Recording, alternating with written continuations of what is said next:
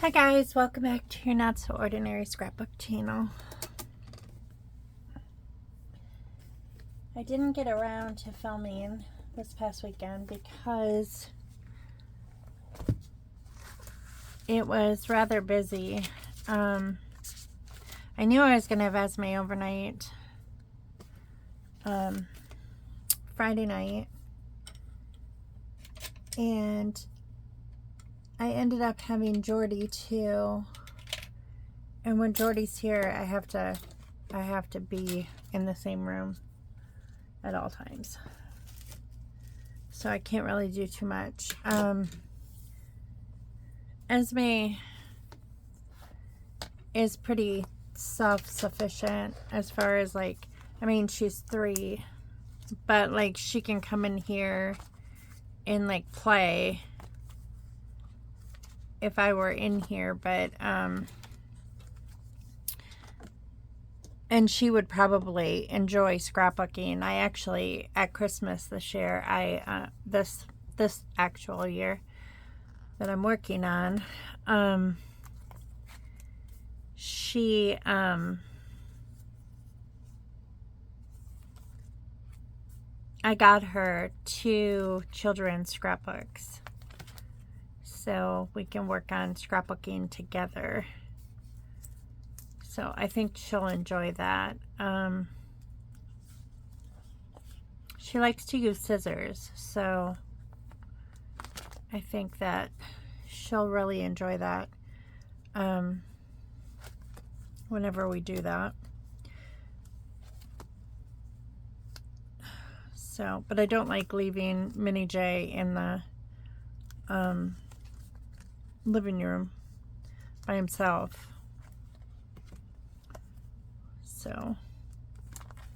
So anyways, this is the first time that I've gotten to sit down and film a video. I've been plugging away at the training courses I need to finish by the end of the month, and I'm doing pretty well. I'll have them done by the end of the week for sure, all the ones that I'm supposed to have done. So so that's good, and I'm happy about that. They're just time consuming.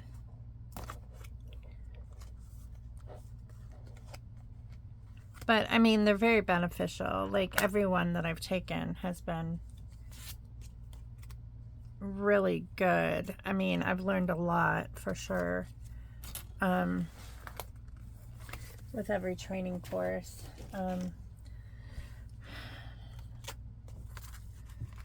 And some come at the exact time that I need them to too, which is really nice because there are some things that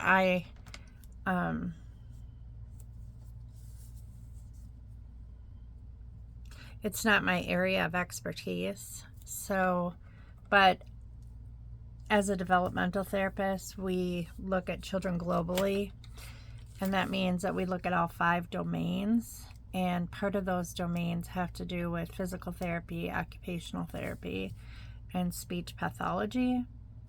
So, so we have to reinforce any therapies that those therapists are doing.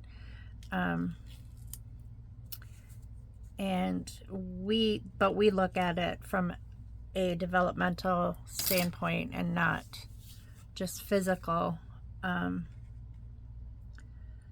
So some of the training courses, have to do with learning about, building core strength and balance and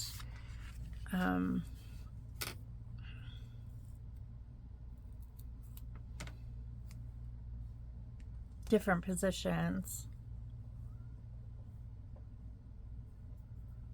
or putting the child in different positions so they can build the core strength that they need. So they're able to sit up or roll over or crawl or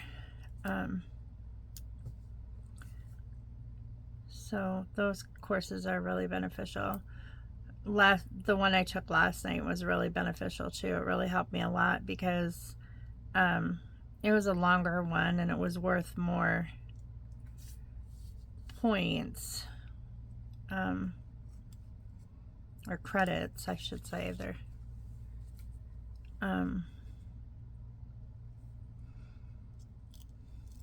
and that one was on, it was actually on COVID-19, but it was on how to do live video visits, which I took a course similar to that, like doing live video visits, but that was like a Zoom course, and it kind of touched on doing like the importance of live video visits, but this one actually showed like how to do a live video visit and the differences between a live video visit and an in-person visit, and what questions that you ask when you're not able to be there. It's a little bit different, but it was good to know for any future, like, if we ever go to live video, or if I have a client who does not have time in their schedule to meet with me in person, then, you know, I always have that option that I can fall back on. If I want to see them through Zoom, I can do that as well. So, and sometimes it just works out better for families to do it that way, just because of their work schedule and that kind of thing. And another way that it is beneficial is that I work with a lot of disciplines that are out of Chicago. Like some of the occupational therapists and physical therapists are local, but they usually see clients in their office. Like if they're going to see them in person, they usually see them like at the hospital, or they see them at a clinic, but they don't come out to their house, where I go out to their house. But there's a shortage, so because of the shortage, I'm gonna do, see, I did that upside down. Because of the shortage, a lot of our therapists have come from Chicago.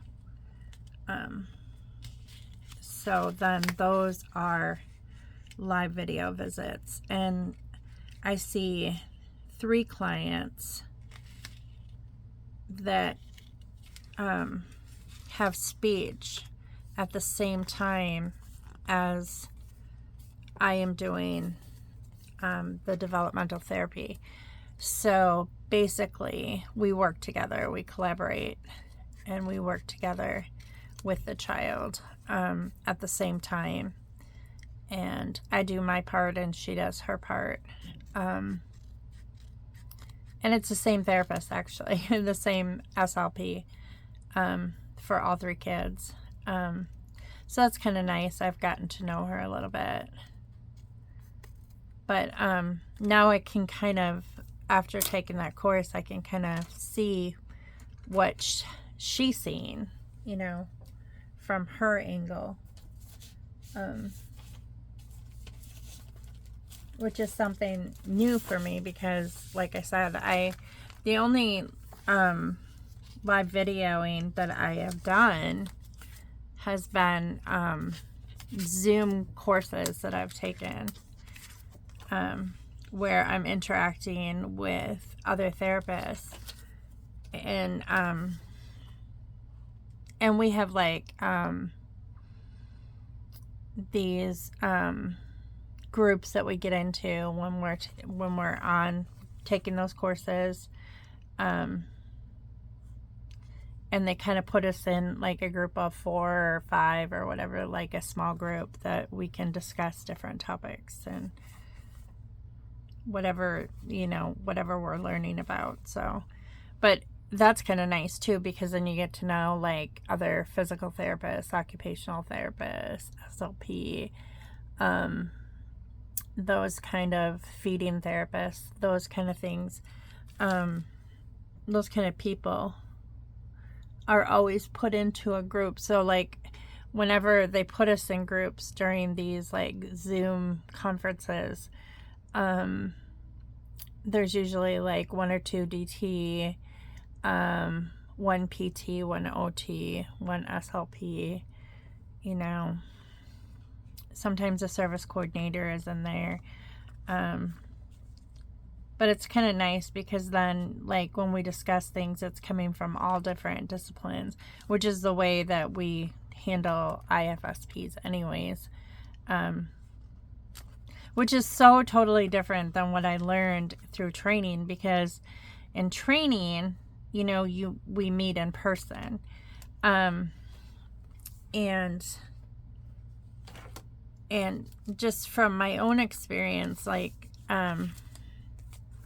working with kids, like for the past, how many months have I been doing this? 4 or 5 months.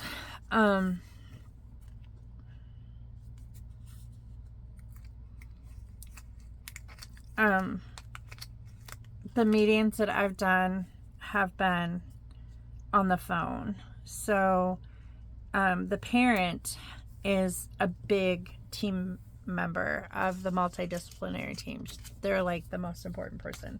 So it happens at the home, and then usually the service coordinator calls either the parent's phone or like my phone. It usually takes place during like a DT session or whatever. And then usually on the phone we also have whatever other therapist the child sees. So if the child sees OT, then OT is also on the line, and we're all talking and together, discussing the child. And then if it's if the child has PT and OT, then all 4 of us are discussing it. So we're all on the same page, and we're all working together to determine the best course of action for the child. So it's kind of a neat system, but it's not at all like they showed us in training, because in training, it was all like in person, and, they went around the room and everybody talked, kind of like an IEP meeting, but it's not like that.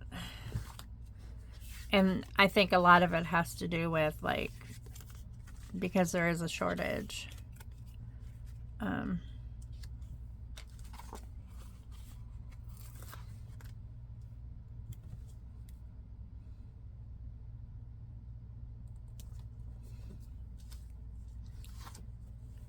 But we did get a raise, so that's cool. Last week, my boss sent a message. We knew that it was a possibility. We just had to wait for the state to approve it. And the state approved it. So that was awesome, because it's not always easy to get the state to like give you any sort of increase in pay. But so that's nice.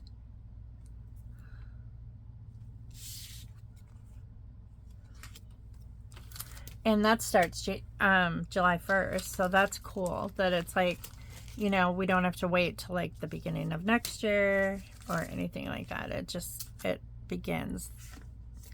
It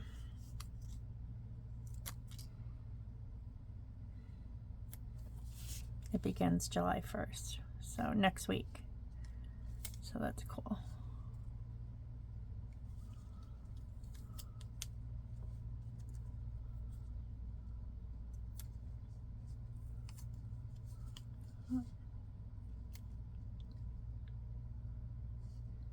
my mom and dad bought a new house. It's so funny because, like, okay, so they sold their house in Missouri. And they're like, we're never going to buy another house because, you know, their house was paid for in Missouri. And they got a substantial amount for that house. And they were like, we're not going to buy another house. You know, we're getting up there in age. You know, we just want to, like, just enjoy life and all that stuff. And so they've been leasing houses. And the one that they're currently leasing, like the first one was like, I don't even think they stayed there like a couple months because mom and dad hated it there. Like when they moved out there, they were going to stay with Matt and Yessie. And then Yessie got pregnant and she was sick all the time. And it just wasn't working good to have like house guests constantly in your home, which, I mean, I understand that. Like, I wouldn't like that either. So, so they were going to stay with Matt and Yessie until they could find a place that they liked. And, they ended up wanting to move, like, sooner because, like I said, Yessie was pregnant and sick and all that stuff, and because Yessie got really, really sick with Aria, like really sick. And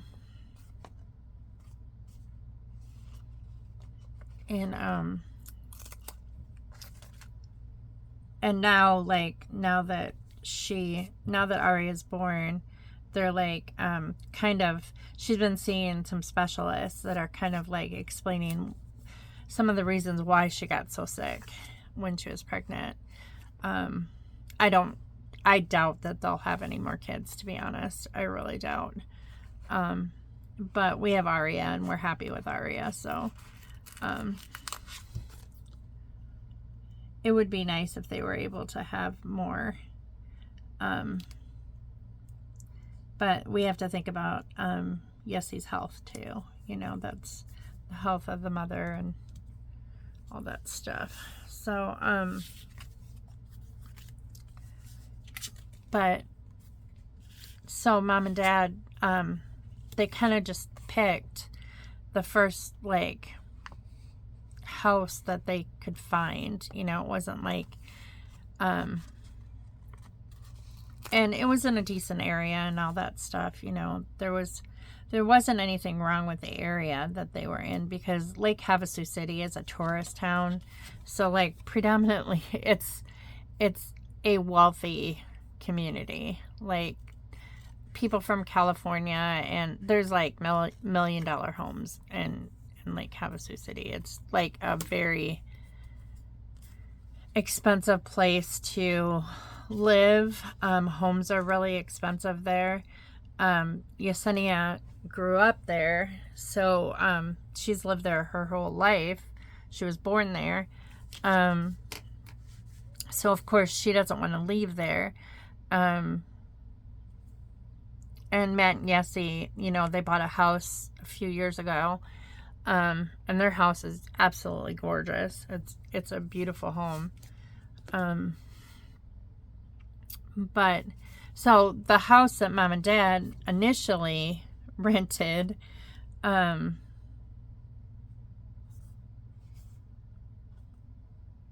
thought was fine. I mean, for them, you know, they're older people, and you know, and it was all on one level, and my dad has like some mobility issues and stuff.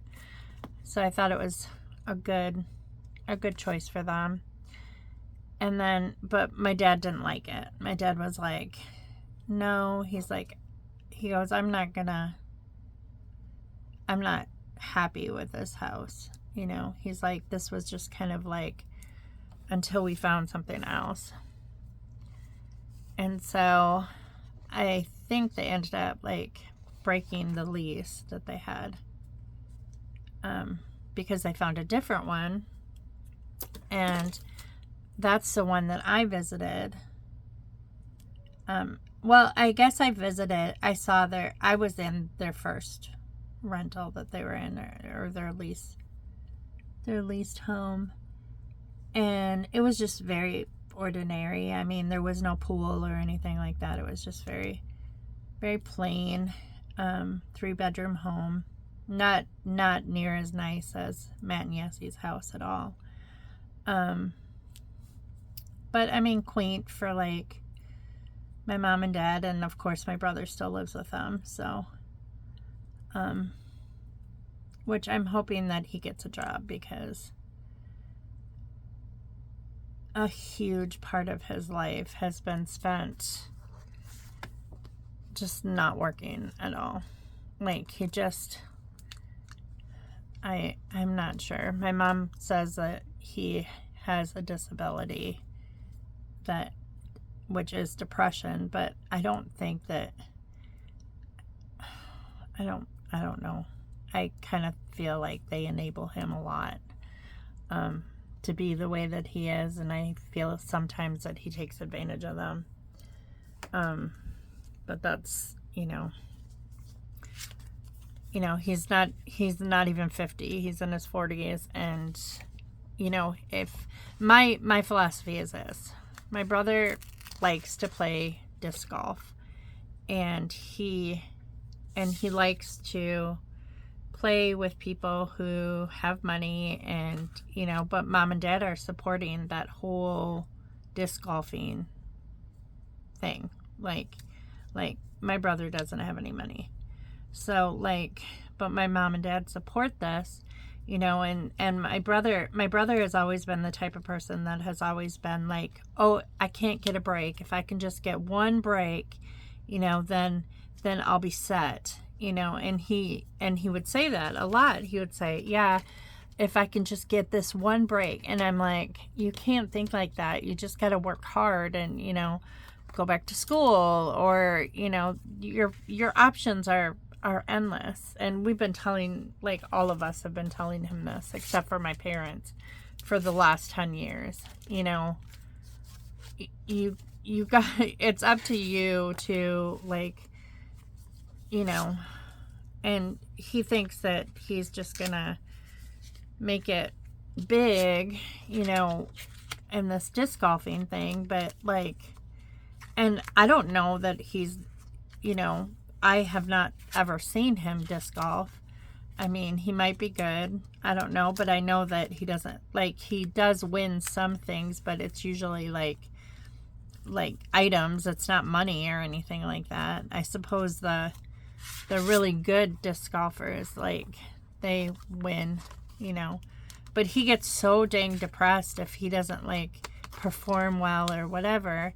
And I don't know if it just makes him feel important that he's, like, doing that, or I don't know. But if I were mom and dad, I would, like, I mean, just speaking, like, from my, like, what I would do if it was my kid. Like, if it was one of our kids that was doing this stuff, we'd say, go get a job. You know, if you have depression, see a counselor, you know, or get some medication. Because I know my brother's on medication for it too. But it's like,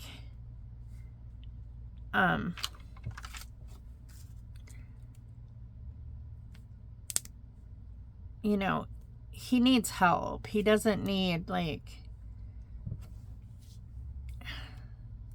he needs someone to help him, like, give him direction in his life, and not just allow him to just, like, you know, live with mom and dad and have them support him his whole life, because he's not disabled. Like, he doesn't have a severe disability or anything like that he can't work, or, you know, I just feel like he just doesn't want to work. He doesn't want to work unless it's, like, the job that he wants to work at. And, you know, it's just kind of,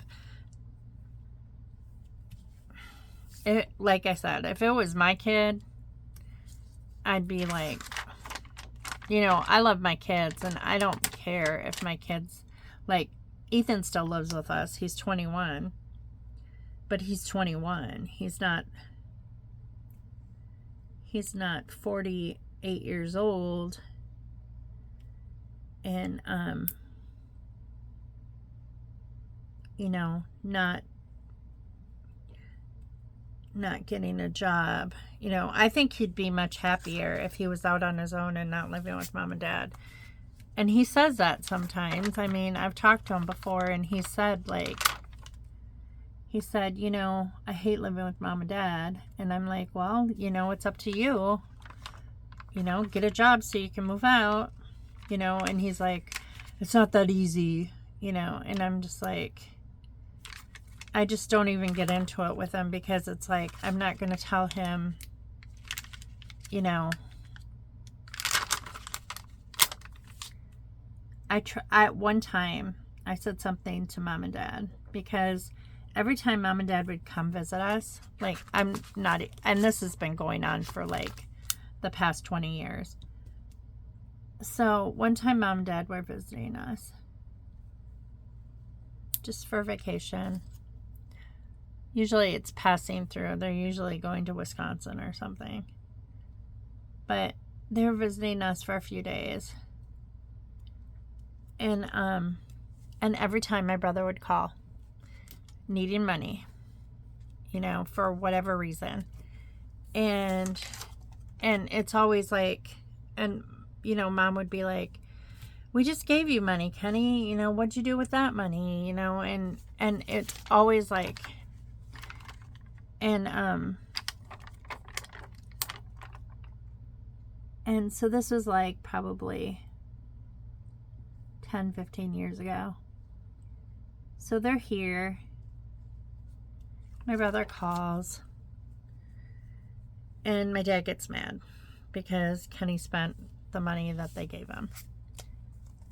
And I told mom, I'm like, why do you keep giving him? Just tell him no. Just tell him no. You're not going to give him any more money. You know? I mean, I know that it's hard to tell your kid no, but you know, he's got to learn, you know? I said, because I think he's taking advantage of you guys. Well, that did not go over well. My mom blew up at me. She got really mad at me.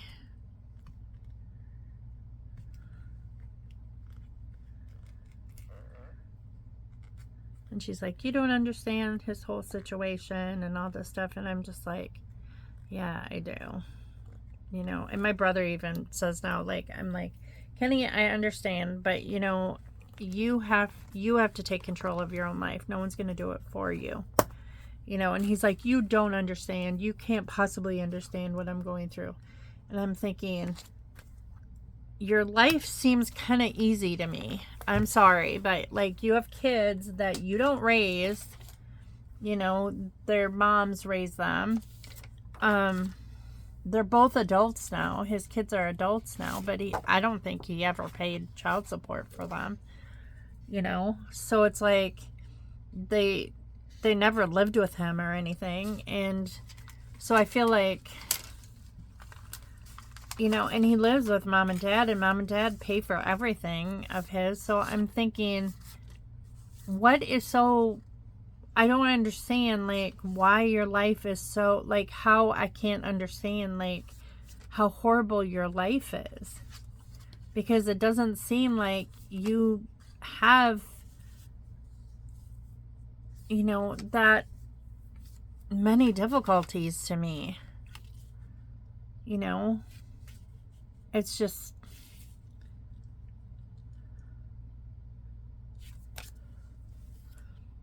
it just doesn't make sense to me.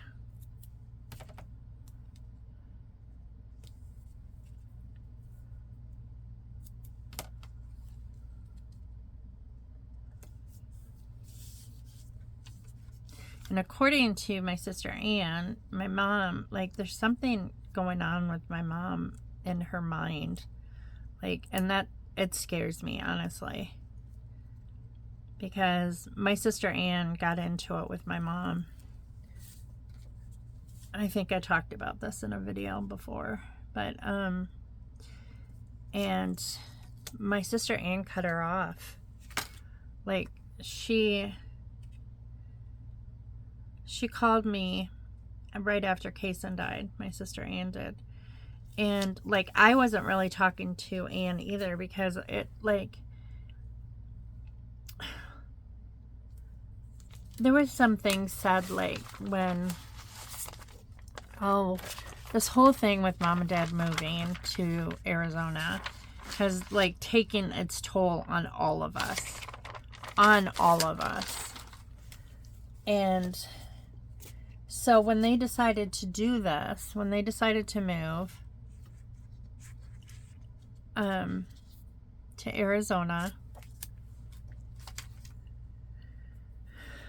you know, Ann was like all for it. So Ann is the type of person who likes to put things together. Like, she likes to research things. She's very smart. She's a retired nurse. Like, she's a retired RN. And you know, she likes to research stuff and look things up, and you know, that kind of stuff interests her. So she helped Mom and Dad, and you know, Mom and Dad were like, well, we have, you know, there are some things in our house in Missouri that we need to fix before we can sell that house. And so Ann's like, well, I'll come down there, you know, and we'll get everyone together and we'll work on this. Well, this was last Memorial Day. It was last Memorial Day. So not 2025, but it was 2024. And so Ann didn't really think about, like, what everybody else had going on, because I was going to start working at the Y, like, the day after Memorial Day, for summer camp. That's what I was going to do. And I had a CPR course, and I had all these things that I had to, like, requirements that I had to meet before I could work at the Y. And so when Ann called me and she's like, oh, I have this great idea, you know, we're going to do this and this and this. And I'm like, Ann, I can't do it because I have a CPR course that I have to take online, and I have other courses like that are required through DCFS that I have to do.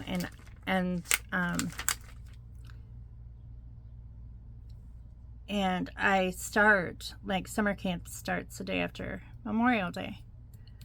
Well,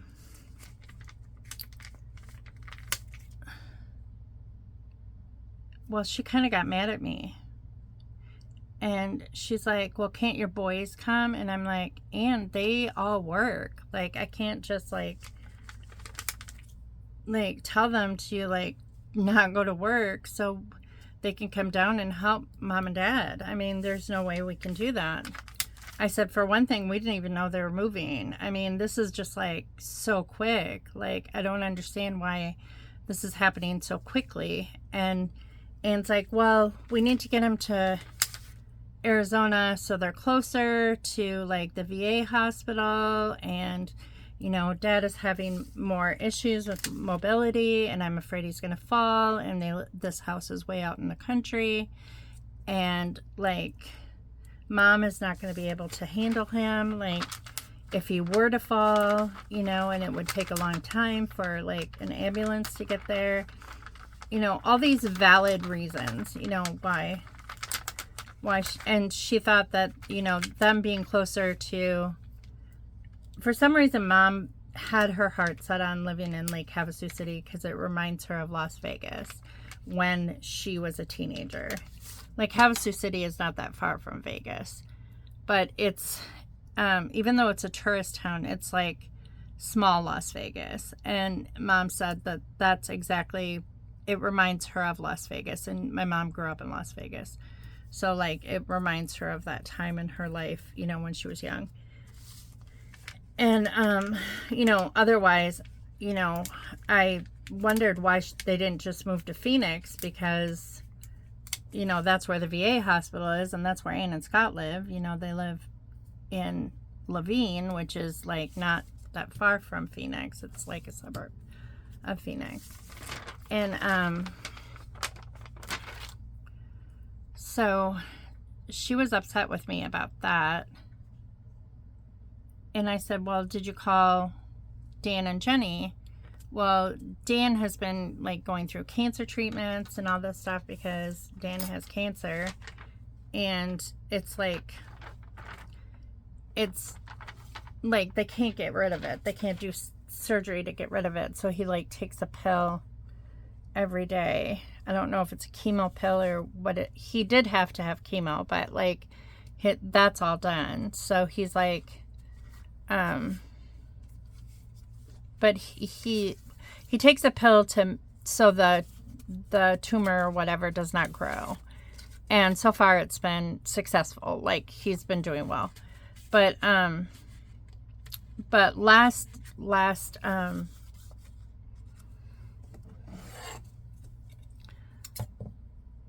Memorial Day, he had a blockage, like a bowel blockage.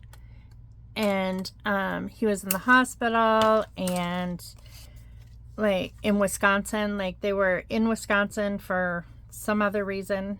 I'm not exactly sure what, but probably visiting his parents, and then they got stuck like in Wisconsin, like they couldn't leave because of Dan's bowel blockage. And so then he was in the hospital in Wisconsin, and then they had to travel home to Oklahoma, and like it had only been like a week or two since then. So like that was understandable that like all that was going on, and like there's no way that they could come up and do all that.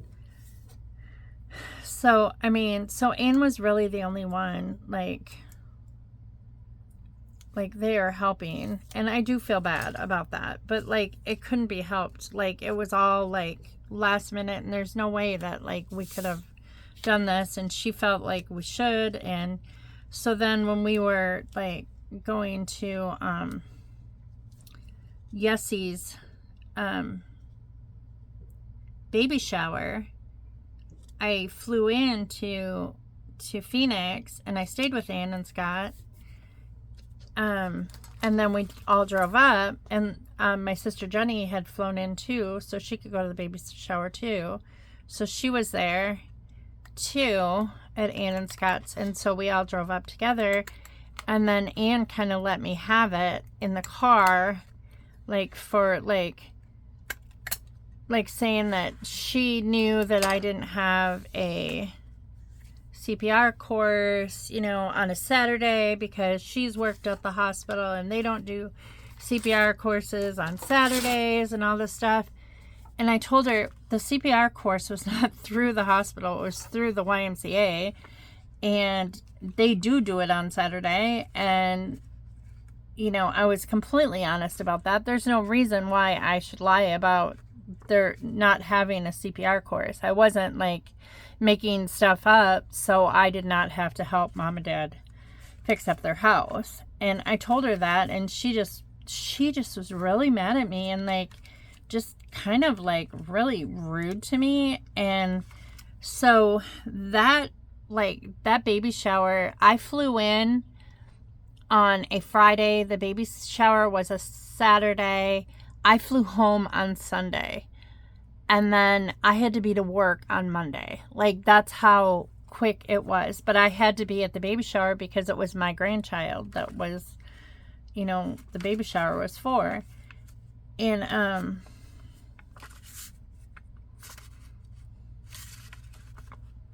going to put Mugga's Girl.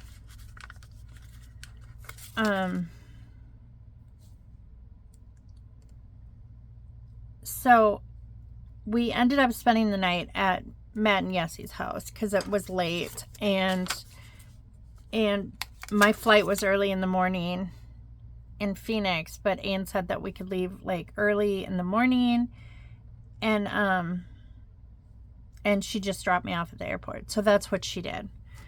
And so we never really talked about anything. She just was mad at me, and so then I kind of felt like she wrote me off because like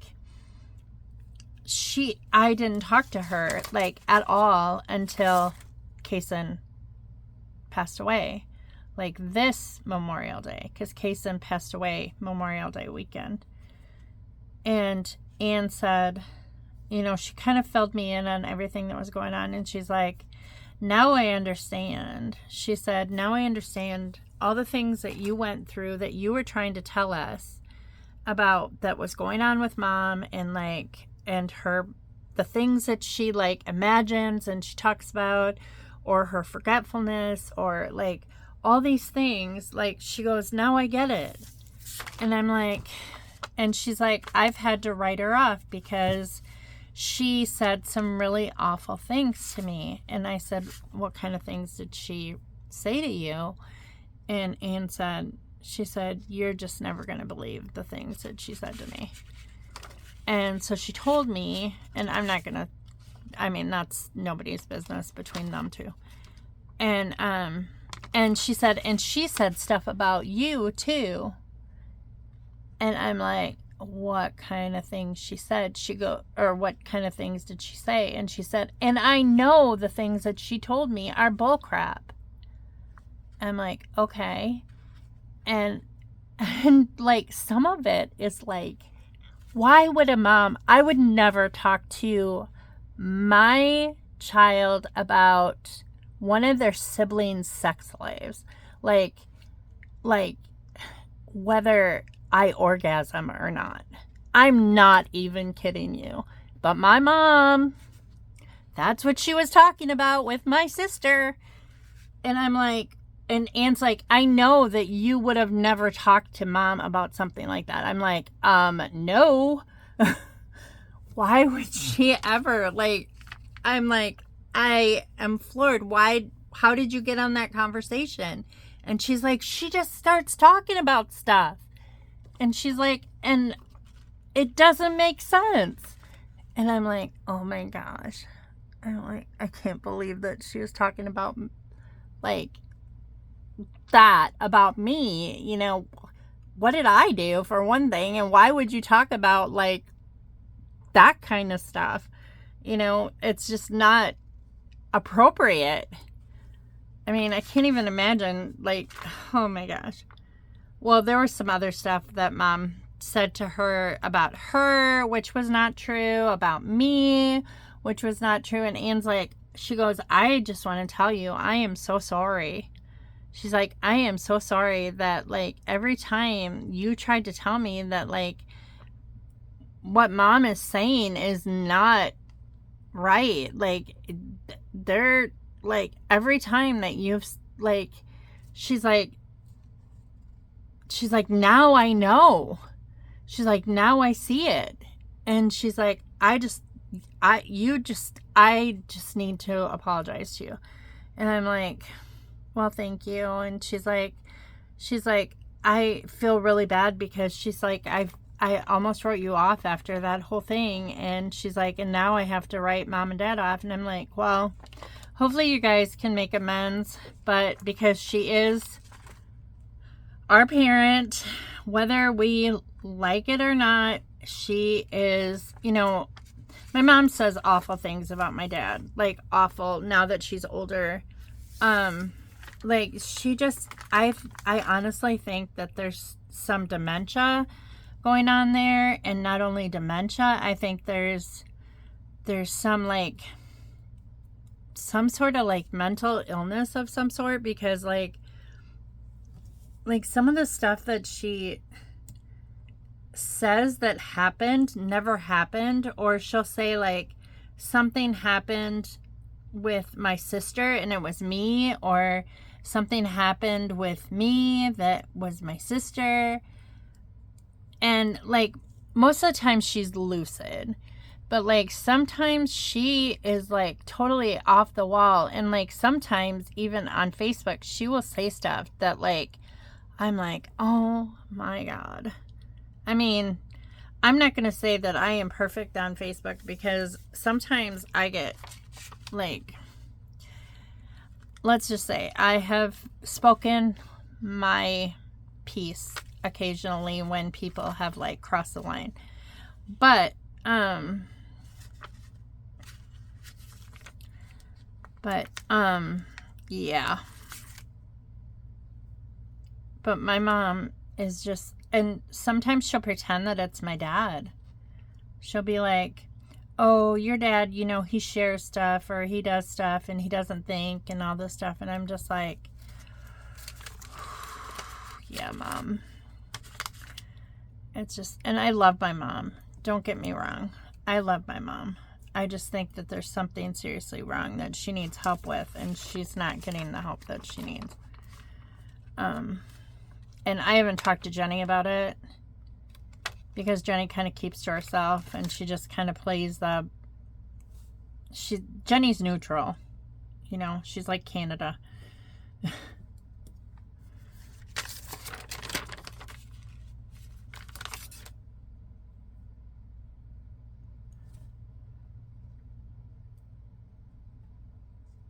But see, Anne and I are older than Jenny. And I've experienced a lot of like things that my mom has said and done, like that just does not make sense. I mean, I want to say that like I can't believe my mom was talking about that kind of stuff with my sister, but like I can remember when I was a teenager, I was like 13, and my mom told her friend that I got my period, and like I hadn't told anybody. Like, it's not something that you actually talk about. Well, her friend told her daughter, who happened to be my friend, who came back and told me that she knew that I got my period. And I'm like, okay. I'm like, and how do you know that? And she's like, well, your mom told my mom. And I'm like, do you think she could have asked permission? Like, I just felt kind of violated, you know? It's just, I don't know. But it's gotten worse. Like, since Grandma died, it's gotten significantly worse. And I think that, like, part of the whole thing with, like, living where she's living is she's trying to, like, recapture, like, when Mom and Dad met, and like, because they met in Las Vegas, you know, and like when she was a teenager and all those memories. I mean, she has a really good memory of when she was a kid, but like, I don't think her memories are very good as far as like when it comes to like stories about us, you know. But I kind of felt like violated too when Anne told me, like, one of the things that she told Anne was that was concerning my first marriage and like my ex-husband and my relationship. And I'm like, first of all, how would you even know that? Second of all, like, I know that I never talked to you about that. So like, why would you like talk to my sister about that? And I haven't been married to him since 1996. So explain to me why that is even relevant, like, to talk about in 2025. Like, that's not even relevant to talk about. It wasn't her place to talk about it either. It's just, I didn't give her permission to talk about it. But I don't know. I don't know what's going on. And I know Mom and Dad want me to stay with them. Like, okay, so this new house, like the second house that they were leasing, they has a pool. The one that they're still living in right now until they close on the house that they bought. So,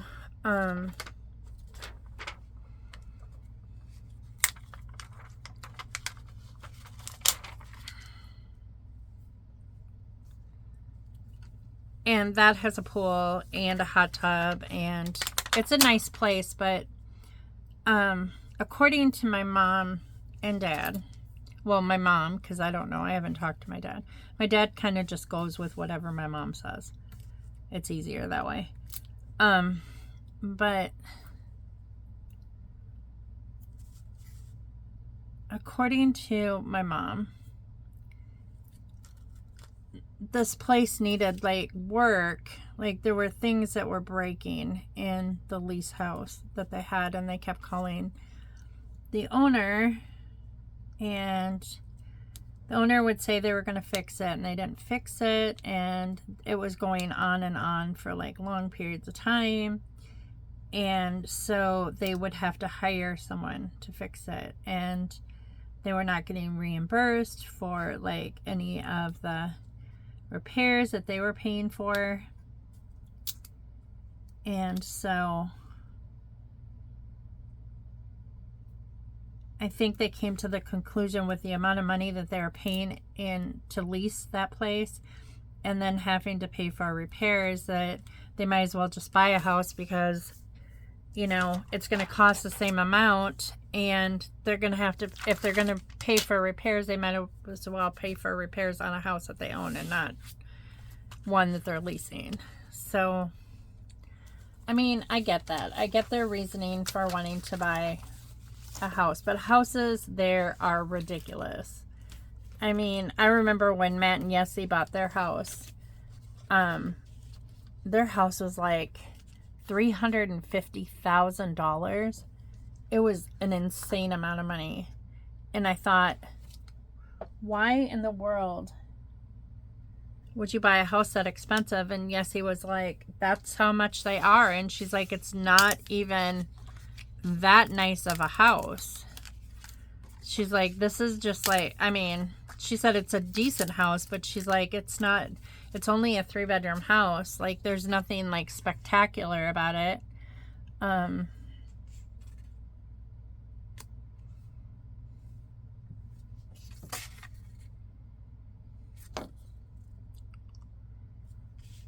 I don't think I'm going to scrapbook that. Do I want to do one more of, this is Christmas Eve. I think, wait, this is all the food. I think I can probably trim this down some. Jordan is getting Esme's food here. So,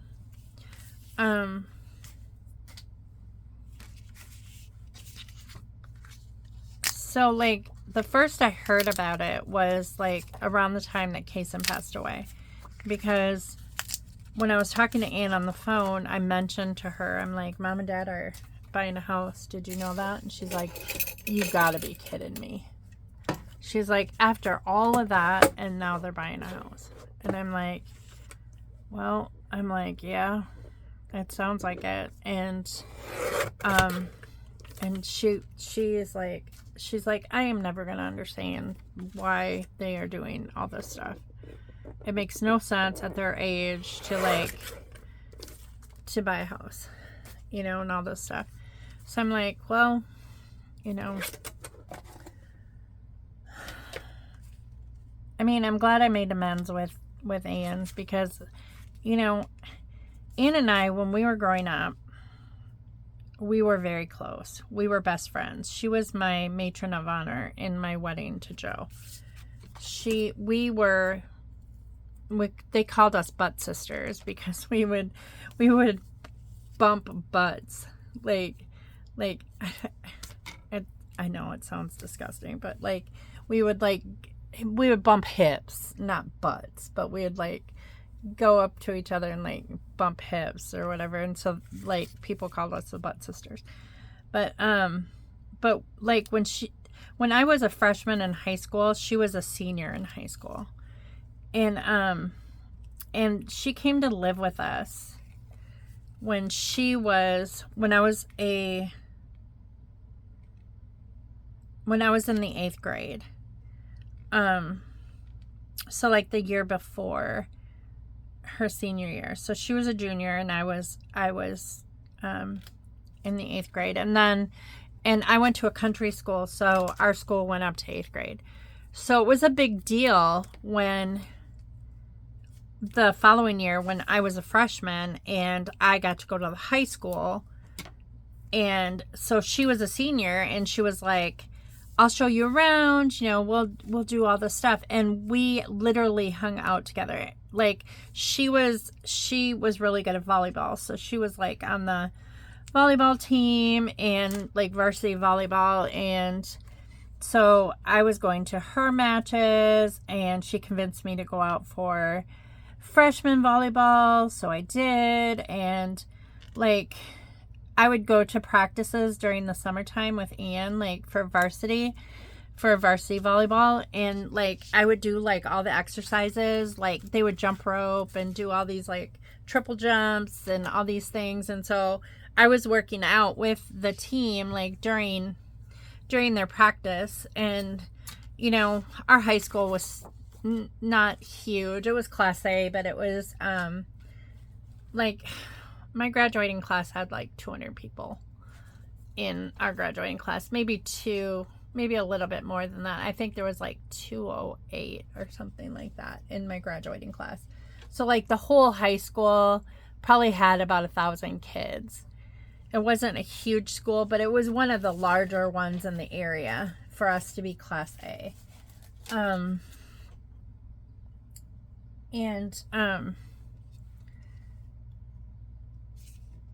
So I would lift weights and stuff like that. I remember her coach, like I would go into the weight room with her while she was lifting weights for volleyball, and her coach would like coach me too, like on weightlifting and stuff like that. And he was a gym teacher too, but I didn't know him at the time because like I said, I was new. I was I was just a freshman coming in from 8th grade, country school. And so Ann and I did everything together. Like that whole year I hung out with her. I would cruise the streets with her. Like she had her own car. So I always hung out with the seniors, like when I was a freshman, because I hung out with my sister Ann, and we were best friends. And then, so we were like not only sisters, but we were like best friends. And then the next year she went to college to become a nurse, and I was home and I was in high school, but I would go to where she went to. She went to the university that is like about an hour away from our home, in Wausau, Wisconsin. And so she went to UW Marathon County, or UW Marathon.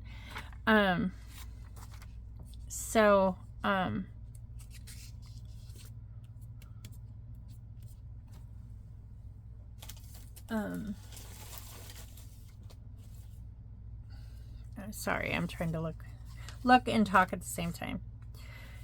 So she lived in the dorms and she was an RA. And so I would go up there on the weekends sometimes. I was a pom pom girl. So like for football games and stuff like that, I had to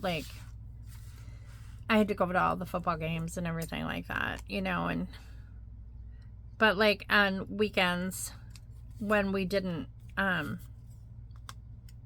have performances and stuff like that, I would go to Wausau and I would hang out with her in her dorm room. And oh, I like that Christmas party.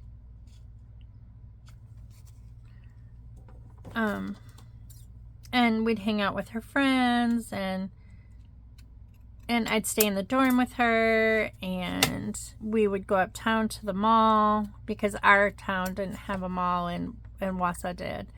So we'd go to the mall, we'd go out to eat and all this stuff. And she had a boyfriend back home that she was dating, and so sometimes I would ride up to Wausau with him. And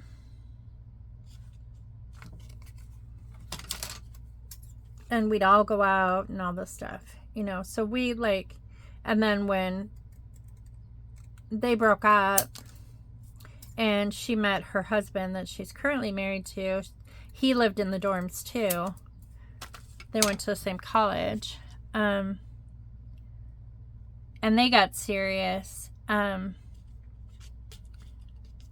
it was just automatic that, like, we were best friends with him, too. And his name is Scott. And so they eventually got an apartment together. And because my sister was working at the hospital and he was studying to be an architect. And, or at first I think he was studying drafting, and then he became an architect later on.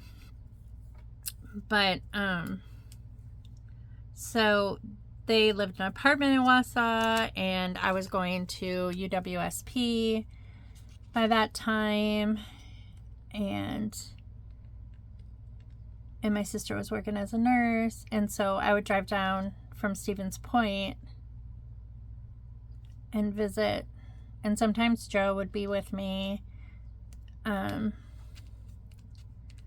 then when her and Scott got married, I was her maid of honor. And then when Joe and I got married, she was our matron of honor, because her and Scott were already married then.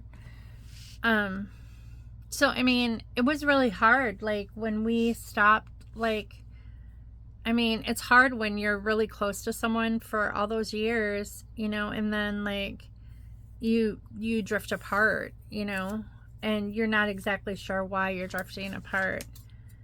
But now I'm finding out it's because of stories that my mom was saying that were, like, not necessarily true.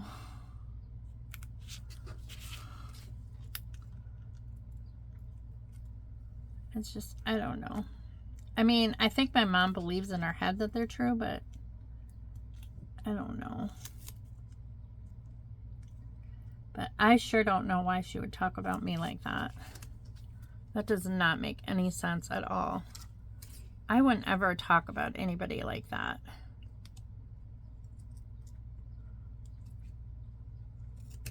But Yessie said that once too, that like sometimes Mom will like talk about me or talk about like Anne, or my mom is really good about talking about people when they're not around. Like if Jenny's not there, she talks about Jenny. If it's me and Anne there, and if I'm not there, she talks about me. Or if Anne's not there, then she talks about Anne. It's like, Mom, you're not in high school. You know, that's what high school kids do. They talk about people when they're not around. You know, it's just,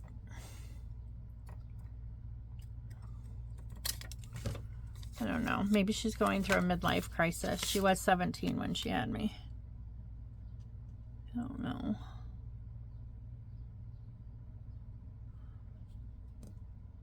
I just worry about her mental health, because I told Anne on the phone when she called after Kason passed away.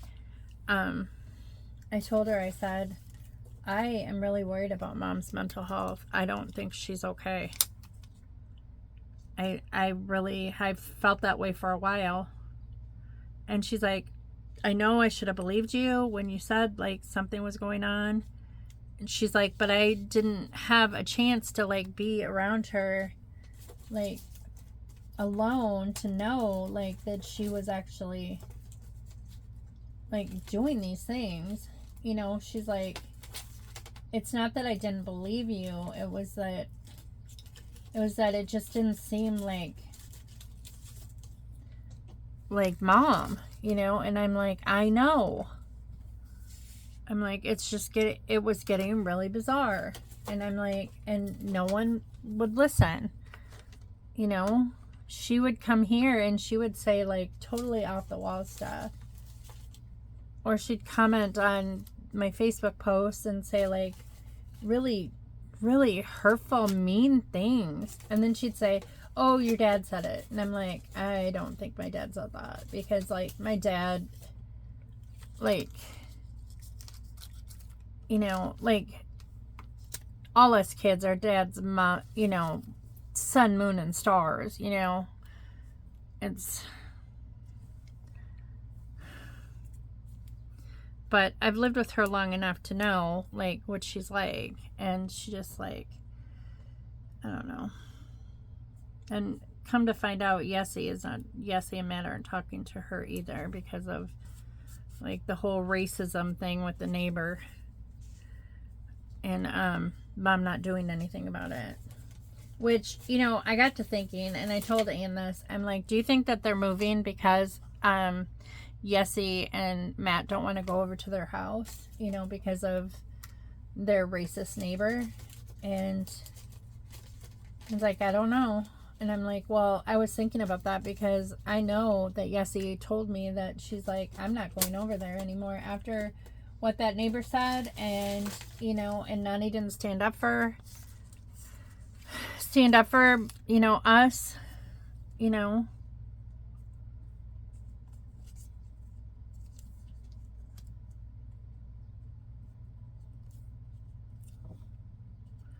I mean, you can't assume that someone is, like, just because someone is a Mexican does not mean that they're not a citizen of the United States. Yes, he was born here.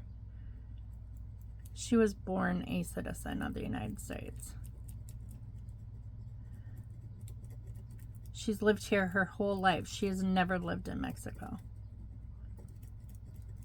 And, like, for some snooty woman who happens to live next door to Mom and Dad, you know, comes over to a party that my mom invited her to and says, like, mean things about my daughter-in-law that are not true, like saying that, you know, like, oh, well, we don't get your kind over on this side of town very often. What's that supposed to mean? I mean, Matt and Yessie live on a really nice side of town. You know, it was almost like implying that just because she's Mexican that they're poor. Well, I hate to break it to her, but that girl makes more than $100,000 a year herself, not even including what my son makes. So she can't even say, like, that she knows what she's talking about. I think the woman was just trying to, like, act up, you know, kind of be a show off to my mom because my mom had just moved there. My mom and dad had just moved there, but my mom should have spoke up. That makes me mad that my mom did not speak up. That she let this lady get away with it and didn't say, that is my granddaughter-in-law. You know, she is married to my grandson, and if you're going to talk that way, you need to leave right now. Because we don't accept that kind of talk here or whatever. You know. And Aria had already been born. So, like, by that point. So, I don't know why.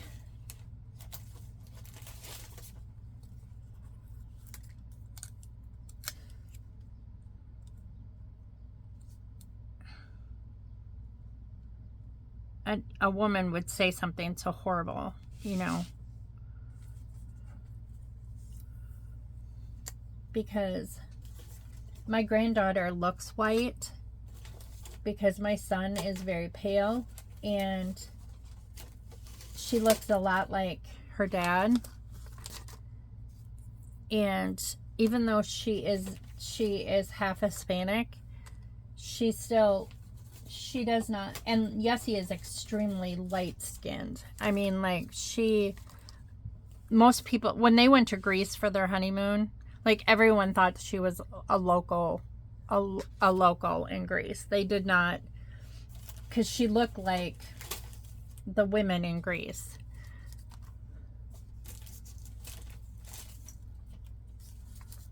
But I don't know. I think Mom didn't say anything because she didn't want to rock the boat, but still, she should have said something. There's a time and place where you should say something. And that was something that Mom Mom should have done. You know, because that really hurt Yessie's feelings. And especially when the woman asked Yessie, like, whose baby is that? Like, why would Yessie be holding a baby that was not her baby? Like, that's so rude to go up to a person and say, whose baby is that? Like she's a nanny or something. And she said, that's my baby. And she's like, well, who's the father? Like, how rude is that? Who says stuff like that? I don't know. I can't get over it. It's just insane. The rudeness of people.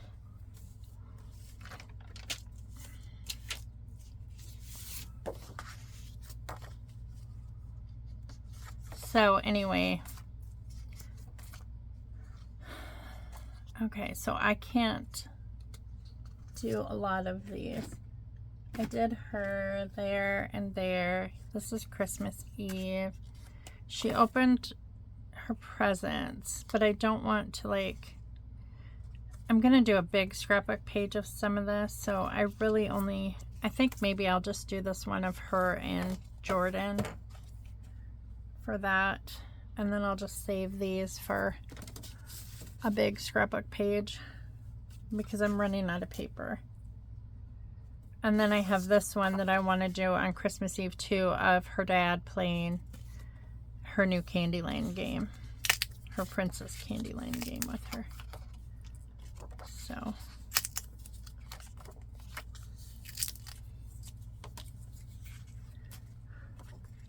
but I mean, I would like for, you know, all these relationships to heal with, like, you know, my mom, but like I said, she's just going off the wall. I don't get it. And I certainly don't understand this whole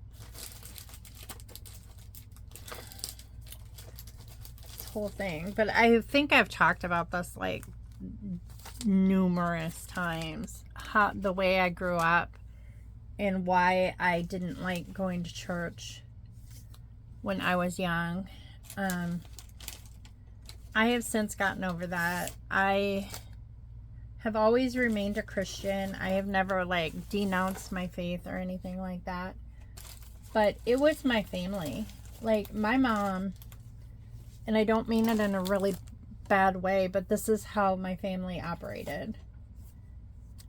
And I don't think people understand it unless they have lived through something similar. But,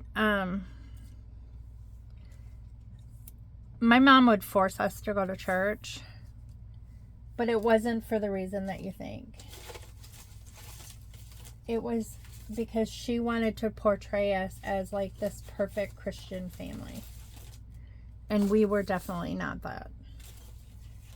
And it really bothered me because it just felt so fake. Like, she would scream at us, like, all the way to church. Like, she would be shouting at us and all this stuff, and then we'd get to church and we'd walk in and she'd just, like, she would switch. Like, she would switch to, like this perfect Christian woman. And I'm like, you were just, you know, behaving horribly in the car toward us. And it's like, and now you're doing that. And it just seemed very hypocritical to me when I was a kid. And I literally hated going to church for the longest time. Now, after Joe and I got married, and see, Joe's family was very much like that too. I mean, almost like Joe and I had a lot in common. Aside from us, going to high school together. I mean, we went to the same high school. We basically knew each other from the time that we were in kindergarten, because we went to the same kindergarten too. He was a year older than me, but we're technically only 2 months apart. His birthday's in September and my birthday's in November. But because of the cutoff date, he was in the grade ahead of me. And their house, he had 13 brothers and sisters, and their house was right next door to our grade school. And I remember them. I remembered them because their family was extremely poor. And so they had this huge family, extremely poor. So they came to school like kind of dirty all the time. And so I vaguely remember him. You know, I remember lining up outside of school, getting ready to go in. And I went to kindergarten and first grade at that school. So, I mean, I remember him. I remember talking to him on the playground, you know, all that stuff. But not to the extent that, like, we knew each other and were friends or anything like that. But we lived in, like, a rather small community, kind of the size of the town that I live in now. Maybe even a little bit smaller. But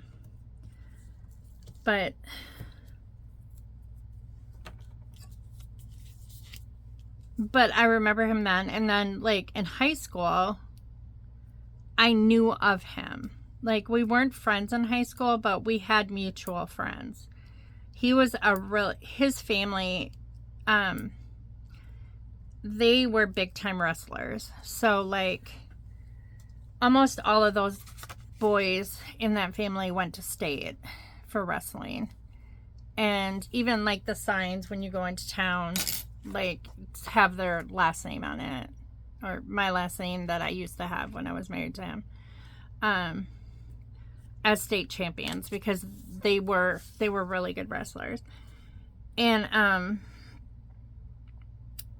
so I knew of him, and like I said, I was a pom-pom girl, so I, you know, we would run into each other, like, at practices and stuff like that, and I would go to the wrestling meets. My sister was a wrestling cheerleader, so my sister Jenny was, and her husband Dan actually wrestled with Joe.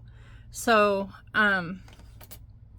there was just a lot of connections there, like, that they knew, like, we knew, like, a lot of the same people. And I remember going to a wrestling match with when I was in high school with my friend Rhonda, that I was on the pom-pom squad with, and she had a crush on one of the wrestlers. His name was Scott. And she just, I don't think he ever gave her the time of day, but she had a crush on him big time. But I remember, like, being attracted to Joe. Like, I didn't really know the wrestlers all that well, but I remember, like, me thinking that Joe was cute. And of course, I didn't know back then, like, that I would marry him someday. But I remember that, you know, and just running into each other in the hall. We never had any classes together, but sometimes we would run into each other and we'd say hi. Like, if we saw each other in the hallway, we'd say hi. But nothing of any, like, substance, because I was dating Paul all through high school. And so, like, and I was obsessed with Paul. So, like, I thought Paul and I were going to get married, and, you know, that was the whole thing, that we're going to get married, we're going to take over the farm, I was going to be a farm wife. You know, that was, like, all planned out, like, before I even graduated high school. Like, that was the thing. And I was going to go to college. I was going to go to art school, and then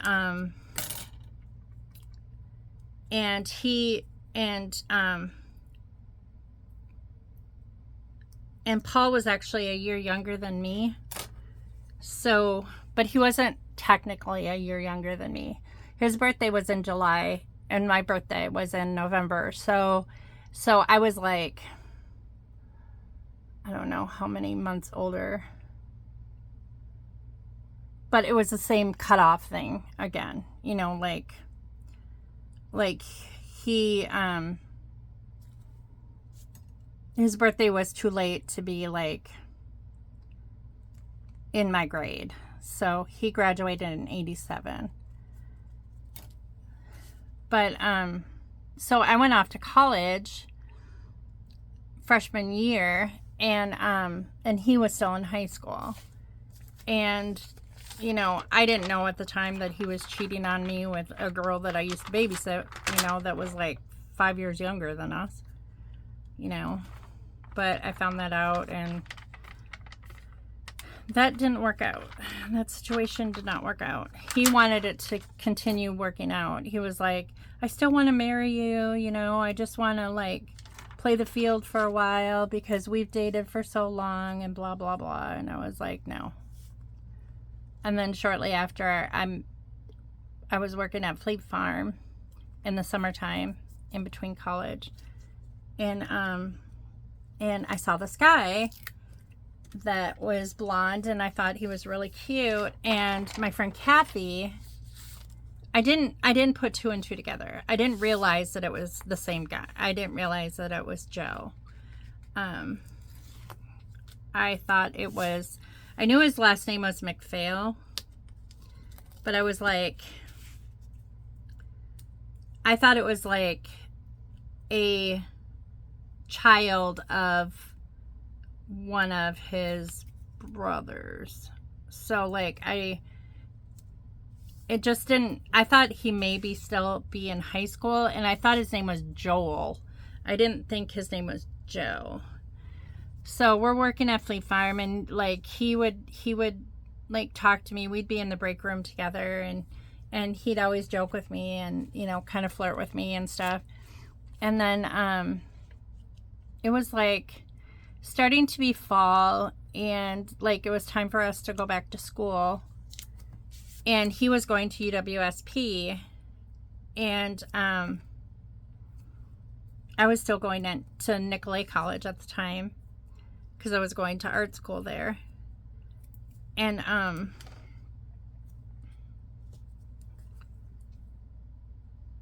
he was going to have a party at his house because they didn't live next door to the grade school anymore. They lived outside of town, and they had an in-the-ground swimming pool, and he's like, we're gonna have a pool party, like my going back to school party, do you want to come? And I said sure. And or I'll think about it. That's what I said. I said I'll think about it. So my sister Ann came home from college that weekend, and she's like, what do you want to do? Do you want to hang out? Do you want to, you know, go out to eat? Do you want to go to the mall? Do you want to, you know, because we always did everything together. And I said, well, I do know of a party.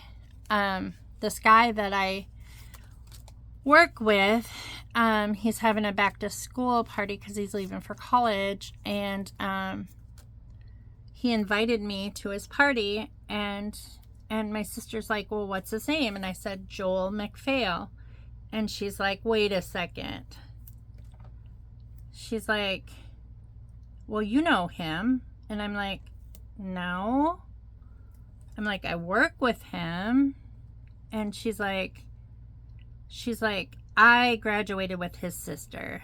She's like, she's like,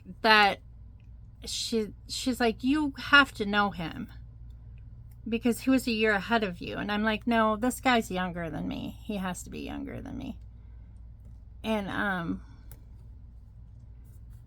she's like, I'm getting the yearbook. So she grabbed the yearbook and she opened it, and she's like, is this him? And I go, yes. And she's like, I knew it. She goes, I knew it. She said, when you said Joel McPhail, and she goes, and it's not Joel, it's Joe. And I'm like, well, I didn't know, you know, I heard people saying Joe, and well, I thought I heard him say Joel, you know, and I didn't really know him, you know. And so I was all excited to go to this party because like then I was like, my memory was coming back of him, and I'm like, oh yeah, that guy, you know, that he's that wrestling guy, you know, and all that stuff. And so like, the sole purpose of going to that party was, like, to hopefully flirt with Joe. Like, that was the whole purpose of going to that party, because I wasn't a drinker. I was like, but I thought that Joe was cute, and I had just broken up with Paul, and, like, not that I was rebounding, but I was like, I just thought that he was really cute and nice and all that stuff. And so my sister went to the party with me, and by the end of the evening, like, Joe and I were just, like, inseparable, you know. Just, like, it all worked out that, like, Joe and I would end up together. I mean, that never happens to me, so I thought that that was kind of, like, a unique situation, because it was, like, how we met was, like, so funny, because, like, we worked together, we went to high school together, we went to grade school together, didn't even know that it was the same person. And then, like, I go to this party, like, specifically because I thought he was cute, and I would have loved to, like, go out with him. And, like, but what ended up happening is it was getting really, really late, and, like, Joe and I went into the house, and we were talking on the couch, and like, we just did not want to, like, we talked all night long. My sister's like, I'm tired, I want to go home. She's like, and I'm like, and Joe's like, I don't want you to go, I want to still talk to you. And so, like, so Anne's like, well, I'm not going to tell Mom that you're, like, spending the night, like, and I'm like, I'm not spending the night, we're just talking. And we did. We talked all night long. Joe and I talked all night long. And then, like, of course, we were dating by that point in time, you know, like, by the morning, you know, he was like, you know, will you go out with me? And I said yes. And then Paul got wind of this. Like I had only been broken up with Paul for a very short time. And Paul got wind of this, and he, like, called me, like, the next day, and he's like, who's this pale-faced Injun that you're hanging around with? And I'm like, excuse me? And he's like, well, he's like, we just broke up. And I'm like, you've been cheating on me for how long? Like, I don't think that you have a say-so. And he's like, well, I want you to come over, I want to talk to you. And I'm like, I don't want to talk. And he's like, no, I want to talk to you. Can you come over to my grandpa's farm? And I'm like, okay. So I went over to his grandpa's farm, and, like, he kept hitting on me. Like, he was like, I miss you, I want to go out with you again, blah, blah, blah, and all this stuff. And I'm like, no. I'm like, I just started dating Joe, and I am not going to do that to him. He's a good person, and I'm not going to do what you did to me. And he's like, you know, Jeannie and I, we're not serious, you know, we're just, like, hanging out and having a good time and all this stuff. And I'm like, he's like, she's only, because he was only, at the time, Paul was 18 and Jeannie was 15. So technically, I mean, that's illegal, you know, for them to have that kind of a relationship. And I don't think that they were having that kind of a relationship at that time. But, like, I'm like, I'm not going to risk this relationship just because you're not getting it from her. You know, I'm like, no. So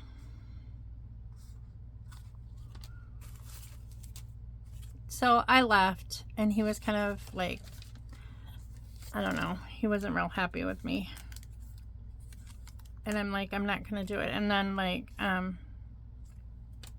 he kept calling me for the longest time, you know, just trying to talk me back into, like, oh, give me another chance, you know, it'll be different and all this stuff. And I'm like, no. I'm like, I really like Joe. I really, you know, And then I transferred universities. I transferred from Nicolet, where I was going to art school. And Joe was like, that winter, I guess it was like, because we'd talk to each other every night. And one time we were talking, he's like, how come you don't go to UWSP? And I said, I don't know. And he's like, well, what do you want to do? And I said, well, originally what I wanted to do was I wanted to go to art school so I could, I wanted to clean pictures. I wanted to be like a person who restored old paintings, like famous paintings, in a museum. That was what I wanted to do. And I still would love to do that. Like that has never died. I would love to have a job like that, to just like sit in a room and clean paintings. I mean, that's just like right up my alley. An introvert's dream. Just me and a painting. But I said, I don't know. And he said, well, he goes, where are you going to find a job like that? Like, he's like, you know, you're going to have to move to a big city to work at a museum and do that. And I'm like, I know. And he's like, have you ever thought of like, you know, another aspect of art? And I'm like, well, I'm really into like design, like fashion design. And he's like, well, I think Point has a fashion design program. And so I looked into it, applied, got in, and that right after Christmas I moved to Stevens Point. And Joe and I were dating. It looks like Hunter's wearing a hat. I kind of like these little photo squares.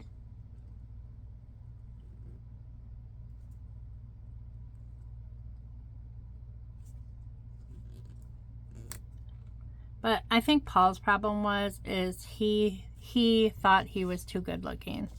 Like there was not a humble bone in that guy's body at all. He thought he was hot to trot. And Joe was always extremely humble. I mean, even when things weren't working out and we were like, I wanted a divorce because of his family, and all the stuff that I had found out about his family that he should have told me before we got married, because then I would have had the choice to like say, okay, this is not for me, or like, okay, this is the ground rules. If I'm gonna marry you, this is the ground rules. But he came from, like I said, a really big family that was very much like protective of one another, and blood was thicker than water. And so like, even though I was his wife, it didn't matter. Like, and that really hurt. But I wasn't the perfect wife either. I mean, I was in my 20s and I wasn't the most mature person either. You know, when you're in your 20s, you're just trying to make it through.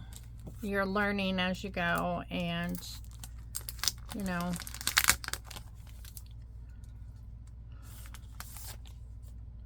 I mean, I can't think of anything like specifically that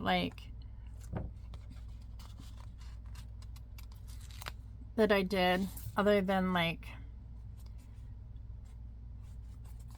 go outside the budget. I mean, like, he was always accusing me of blowing the budget all the time, but it wasn't that I was blowing the budget. It was that he gave me $20 a week for groceries, and diapers had to be included in that.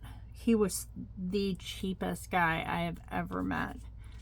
I think that's why I'm so frugal, is because I was conditioned to be that frugal for so many years. And then, like, it's just really weird to me that Scott is not frugal. He is, like, you know, but I was really Scott's first girlfriend, so he never really had,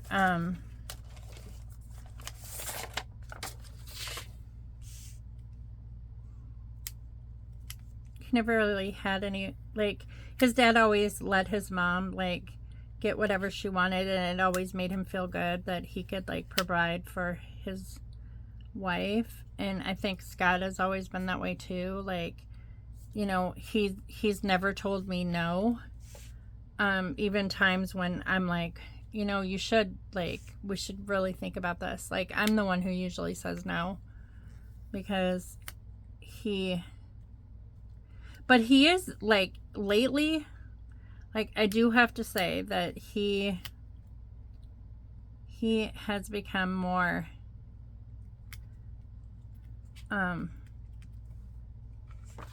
more conscientious about going out to eat. It used to be like that was the first thing on his mind, was like, as soon as he got paid, is let's go out to eat, let's do this, let's do that. And I'd be like, we have bills to pay, we can't just, like, go out to eat, you know, when we have bills to pay. That has to come first.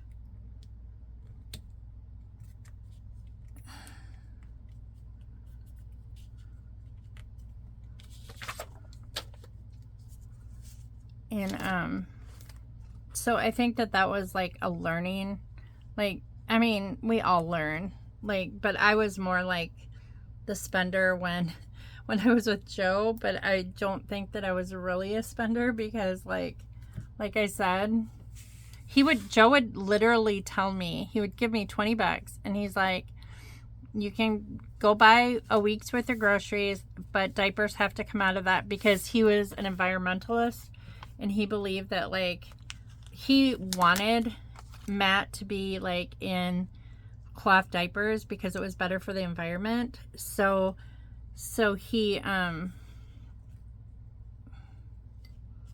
never believed in, like, filling up landfills with diapers.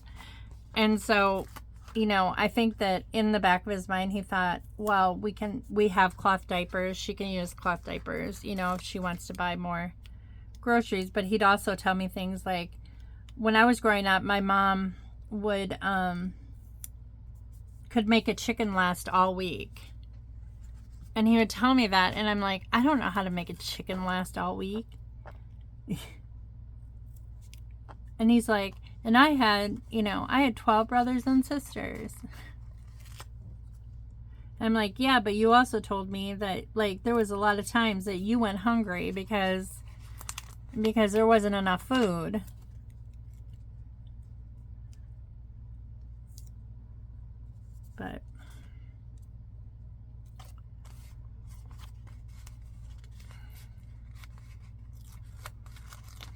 But there were times that, like, I remember when I was married to Joe that I did hide stuff. Like, I would buy stuff, especially when I was working. Like, I would buy stuff and I would hide it from him. No, Scott, I have never hid anything from. Like, if I bought something, he knows about it. I always tell him about it. He, on the other hand, is a different story, but he hides stuff from me. But he doesn't buy a lot of stuff that's like stuff. I mean, usually it's like something he shouldn't be buying or even looking at to begin with. But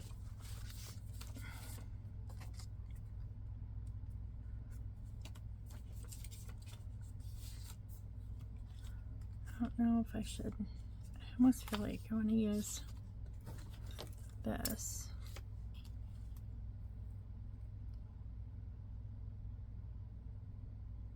But I wasn't the perfect wife. I mean, I can recall a time when, I mean, Joe would rage. He would have rage fits. Like, I mean, he would literally punch holes in walls. That's how he would express his anger, where Scott has never done that. So I'm truly grateful for that. I mean, I know no one's perfect, but and boy, I've dealt with a lot of stuff with Scott. I probably dealt with more with Scott than I ever did with Joe, but I've been married to Scott for 28 years. Almost 29 years. So it's like, well, next year it'll be 29 years, but still, it's like, you know, it's a lot more time for things to happen, and you know, than with Joe. And I don't know, you know, like what he's going through. Like, he's been remarried for several years too, and he has more kids and all that stuff.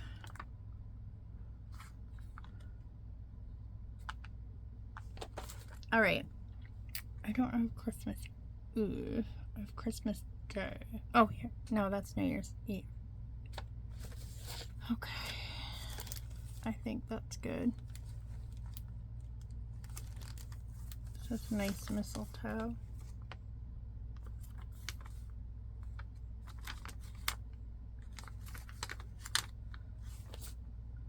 Let's put Caroline, even though we didn't go Caroline.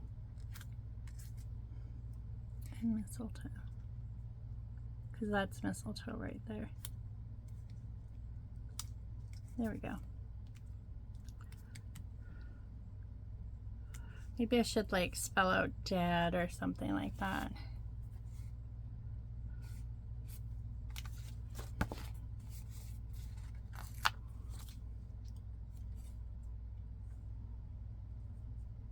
So last week, I don't know what was going around, but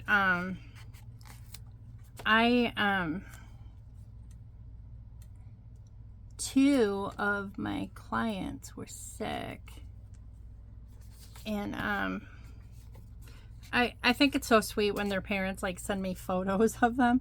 Like, I mean, I believe you when you say that your child is sick. You don't have to send me a photo of them.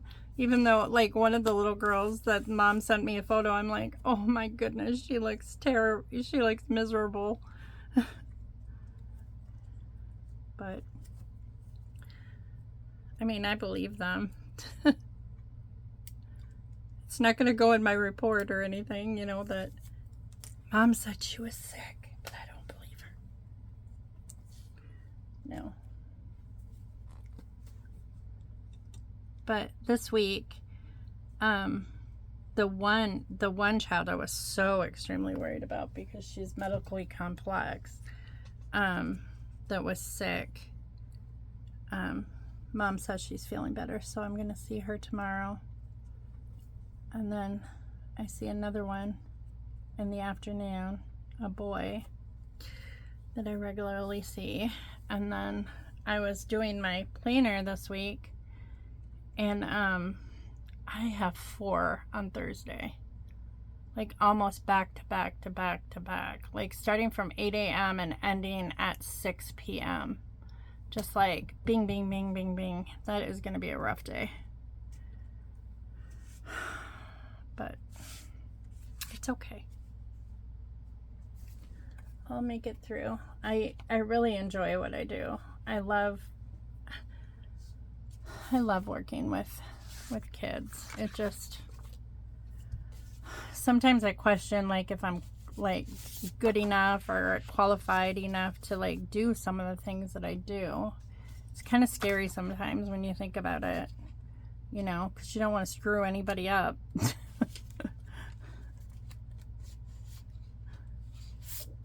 I'm just doing the best I can. I'm still learning. I'm still like, I'll probably be learning for a really, really long time. There's so many facets to what I do. I mean, there's so many, like, probably the hardest part of my job is learning to talk to parents and not like push my ideals on them. because I tend to be a person that is like, gets very excited about helping people. And so like, but I need to hold back. And I know that I'm not the only person that deals with that, because like I've taken enough training courses with people that say I struggle in this area, like that they struggle in this area too. Is, you know, you're helping people and you're so excited to help the child, but ultimately it's got to be the parent's decision. And, you know, and we're like coaching the parent. So like we have to follow a coaching model. And so we're asking them, you know, like we're asking them questions so they come up with the answers on their own. And sometimes, you know, we feel like, or I feel like, well, I know the answer to this, you know, I can just tell them. But then, you know, then it feels like I'm kind of taking control, where they're the parent and they're the one who's in control of their child. And it's just, it's a huge learning process to learn to like slow down, back up, just kind of like let the parent, like, you know, mostly ask questions and have them give them a chance to answer the questions, and not try to, like, you know, it's okay to like say, do you mind if I offer a suggestion? Or, I mean, that's okay, we can do that. But but it's just like, well, this is what you should do. You know, sometimes it feels like, you know, that would be the easiest way to do it. Well, you know, I have an idea, why don't you do this? You know, and sometimes, but what that does is it turns parents off, because they're like, you know, this is my kid, you know, and every family is different. So you don't want to like step on their toes. Like, if it doesn't fit their belief system, it's their child. So it's like, that's the hardest, definitely the hardest part of the job, is like, you know, kind of backing off and kind of letting, and like encouraging the parents to play with their children. Some families, it's really easy for the parents to play with their kids, or just right in tune with their child, and they want to get in there and play with their child, and, you know, and have fun. And then I have other parents that just sit on the couch on their phone and like, well, tell me when you're done, or I'm gonna be in the other room, just tell me when you know, the session's over or whatever. And I'm just like, that is kind of a weird situation when that happens, because it's like, yeah, I can sit there and play with the child, you know, that whole time, and take notes and all that stuff on how they're doing on their goals and all that stuff. But then, you know, a big part of my job is building relationships with the parents, and like working with them so they know how to take over. Like, our ultimate goal is for them to put us out of a job, you know, so they can take care of their child on their own when we're not there. And I mean, not that they, you know, and I don't want anyone to think that like I'm only dealing with like families that are at risk or poor or whatever, because that's not true. I have clients that have a ton of money, that live in neighborhoods that like and in homes that I will never ever like live in. I mean, it's not as cut and dry as what some people think, like that, oh, only poor people have children that have disabilities, and children that are at risk and all that stuff. That is so far from the truth. Because I have clients of all walks of life, like rich people, middle class families,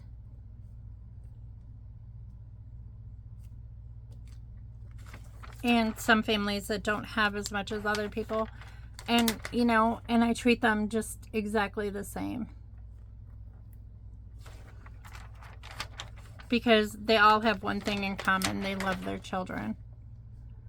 Every single family I work with loves their child. I have never come across a family where they don't love their child.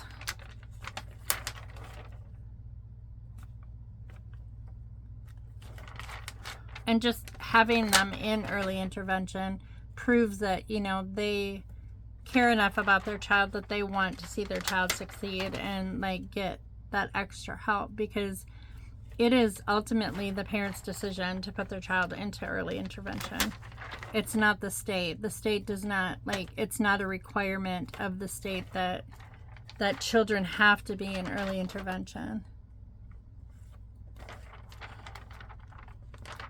I mean, they definitely have to qualify in order to be in the program, but they don't,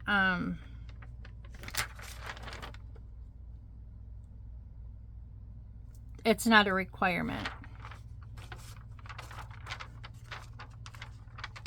I think that it's great because the kids get this extra boost, you know. And it's fun. That's probably one of the best parts of my job, is that I get to see children improve, like, over time. Like, there are kids, when I first started seeing them, they weren't talking at all, not saying one single word, or, you know, not doing things, and now they're doing those things, and it amazes me. It's so cool. It's so exciting to be able to tell a parent, like, oh my gosh, you know, I mean, look how, or show them, like, look how far that your child has come in this short period of time. Is just so cool. And it's not just me who's working with the kids, so it's not like, you know, I'm like tooting my own horn, oh, I'm such a great therapist. No, we all work together. Like, I'm working with other therapists with them, and like just reinforcing all that stuff. So like all together as a team, like we're helping these kids, and that is such a rewarding feeling to be able to say that, like, you are part of that process. That's so cool. I mean, I still miss the kids at the Y. I think I'll always miss the kids at the Y. But I can't say that I miss that woman. I'm glad I haven't seen her since.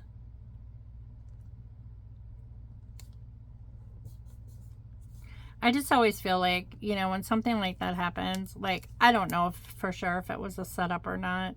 I kind of feel like it was, just the way that everything went down, like that she set me up.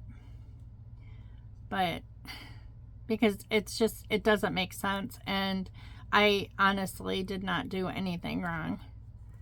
Like, I have a feeling that it all had to do with that, her, like, her blowing up at me on the playground, and then me standing up for myself, and then the whole thing with, like, me confronting her about, like not letting the kids play with toys, and like the long timeouts that she would put like the whole group in, which did not make sense at all. There was no reason for it. It was so wrong.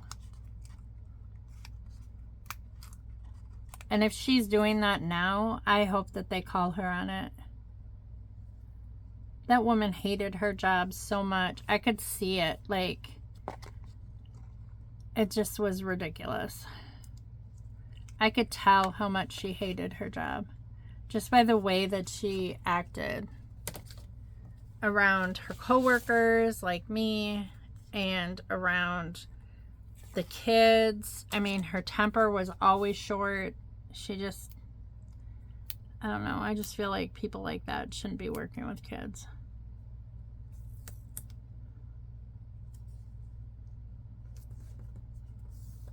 And she can say whatever she wants to about me, but I know the truth.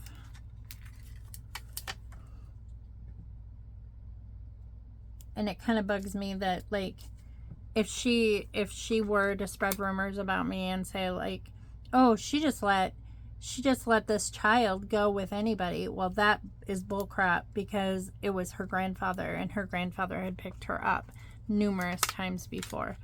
It is not my fault that mom did not communicate with the grandfather, and she was mad that she had to go pick her up.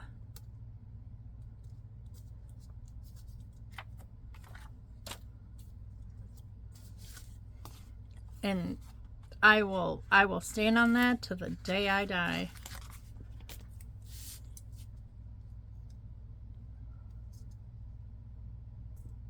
But it all worked out the way it should. Like, you know, God had a plan. You know, I wouldn't have half the clients that I have right now if I were still working at the Y. And honestly, that wouldn't have worked out anyway, because summer camp started the day after Memorial Day, and Kaysen passed away on Memorial Day weekend, and I can guarantee you that they would have given me a big problem for, like, taking off of work or anything because Kaysen died. I can tell you that right now, because when I was in the hospital, they were calling me every day, texting me every day, like, when are you going to be out? We need your help, blah, blah, blah. You know, and then I ended up going back to work way sooner than I should have, which was part of the issue. Why she kept saying, well, you're not pulling your weight around here like you used to. And it's like, well, I just got out of the hospital a week ago, and I shouldn't even be working right now. You know, but she just was not a nice person. She had serious issues. Here's these presents. I like that. The best of all gifts around the Christmas tree, the presents of a happy family, all wrapped up in each other. So the way I feel about it, it was meant to be. I mean, I know that they would have seriously given me a hard time.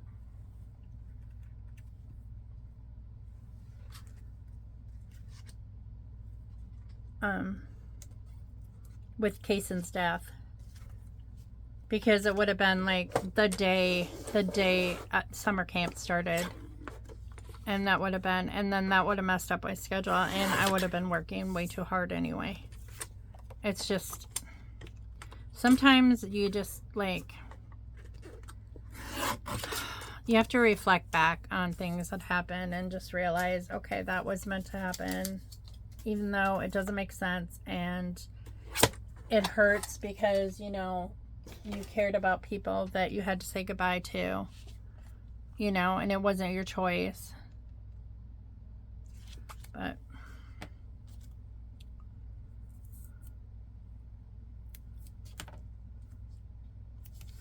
that happens to teachers all the time. You know, their students go on, they graduate, they don't get to see their students anymore, and they care about them a lot, and it's like, you know, it's just all part of the thing.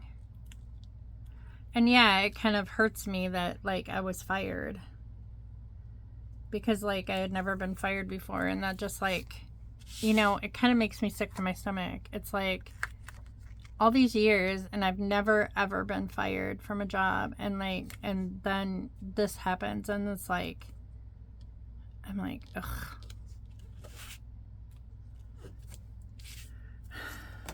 You know, but I'm not perfect, and probably most everyone has been fired from a job. I just have been very lucky that I wasn't, you know.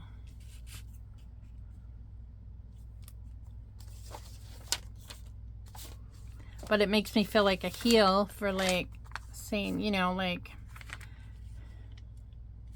saying some of the things that I used to say to Scott. You know, because that wasn't very nice of me either. I haven't always been super nice to Scott either. Because I've said stuff like, about him getting fired from a couple jobs that he had, you know, since we've been married. And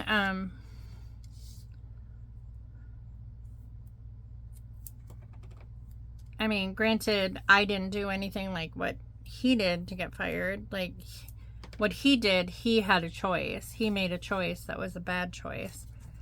What happened to me was circumstantial.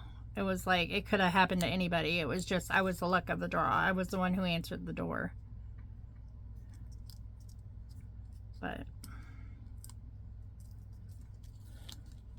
But it's still not nice to rub it in someone's face. And I feel like I kind of rubbed it in Scott's face because I was mad at him because of the situation, because he didn't get unemployment after working there for 9 years because of the reason why he was fired. So, I mean, I think that a lot of that played into it.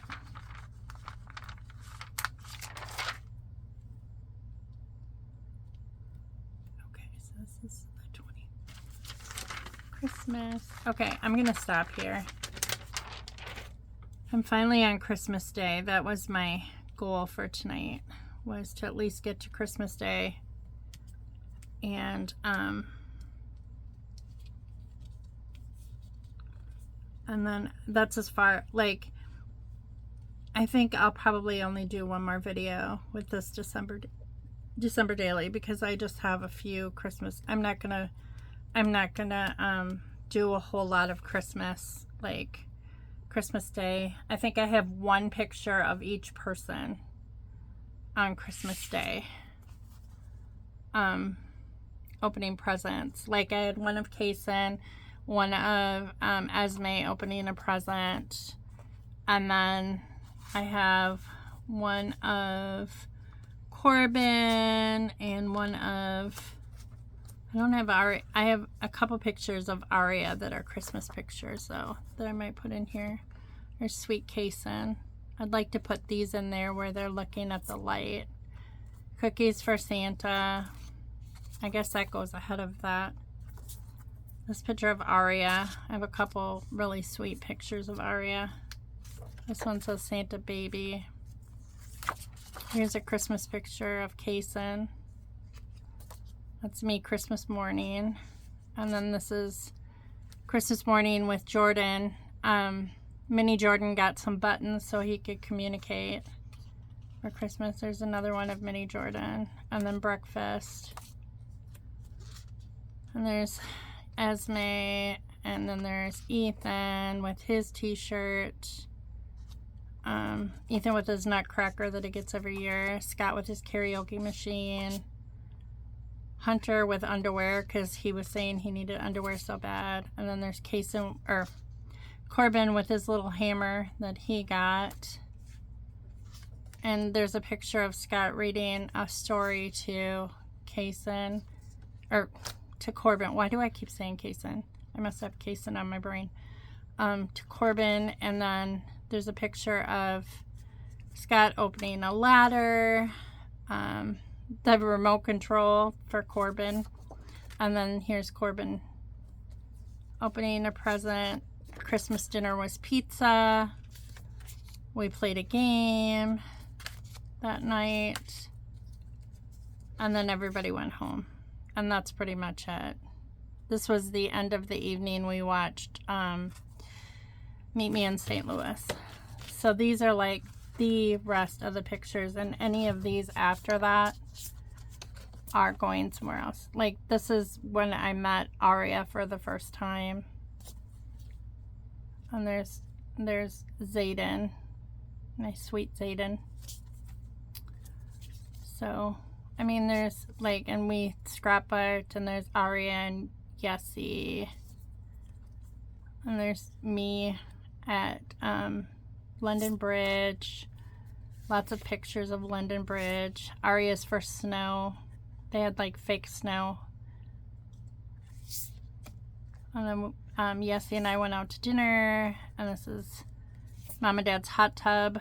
We were in the hot tub, and that's their dog. I can't even remember the name of their dog's name. And then And that's them sitting in the living room, and then there's one of Aria. But those are gonna go on full scrapbook pages. So there's still a lot of pictures here. I don't know. I may have to dwindle it down even more. It's just a lot of photos.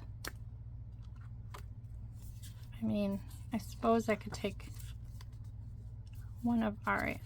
If I could do like, I mean, this could probably all go on one page. That could probably go on one page. Cookies for Santa.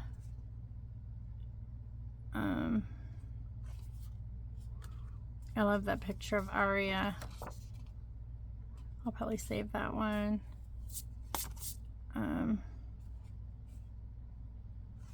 save that Santa baby. Probably save Kason's. Me, Christmas morning. I should probably... I have 0 pictures of me in this album, so I probably should stick one of me in there. And that's Christmas morning. I don't really have one of Jordan's face. Maybe I can put these 2 on one page. And then there's breakfast. And this could go on the same page. So breakfast, and then Corbin and Esme eating. And there's Ethan's. I don't necessarily have to do the Nutcracker one. I could maybe put that on the same page. I could probably put the ladder one and the karaoke machine on the same page. And Poppy and Corbin. I mean, I might be able to do both of those on the same page. And then there's Hunter and Jordan. Maybe I could do them on the same page. Well, I could do these 2 on the same page, Jordan and Corbin. And then pizza. I could do those 2 together. And I don't know, maybe I could crop these so all 3 of those could go on the same page. So I don't know. We're getting there. We're getting there, but that's basically the gist of it. So that's it. I thank you all for watching. I know this video got kind of long and rambly. Sometimes I just like start talking and I don't even know what I'm saying. So, I mean, I keep it real. So, whatever is said, you know. I mean, I hope people don't think that, like, oh, she talks about her family. She's like, you know, I love my family. It's not that I'm like, I'm not perfect by any means.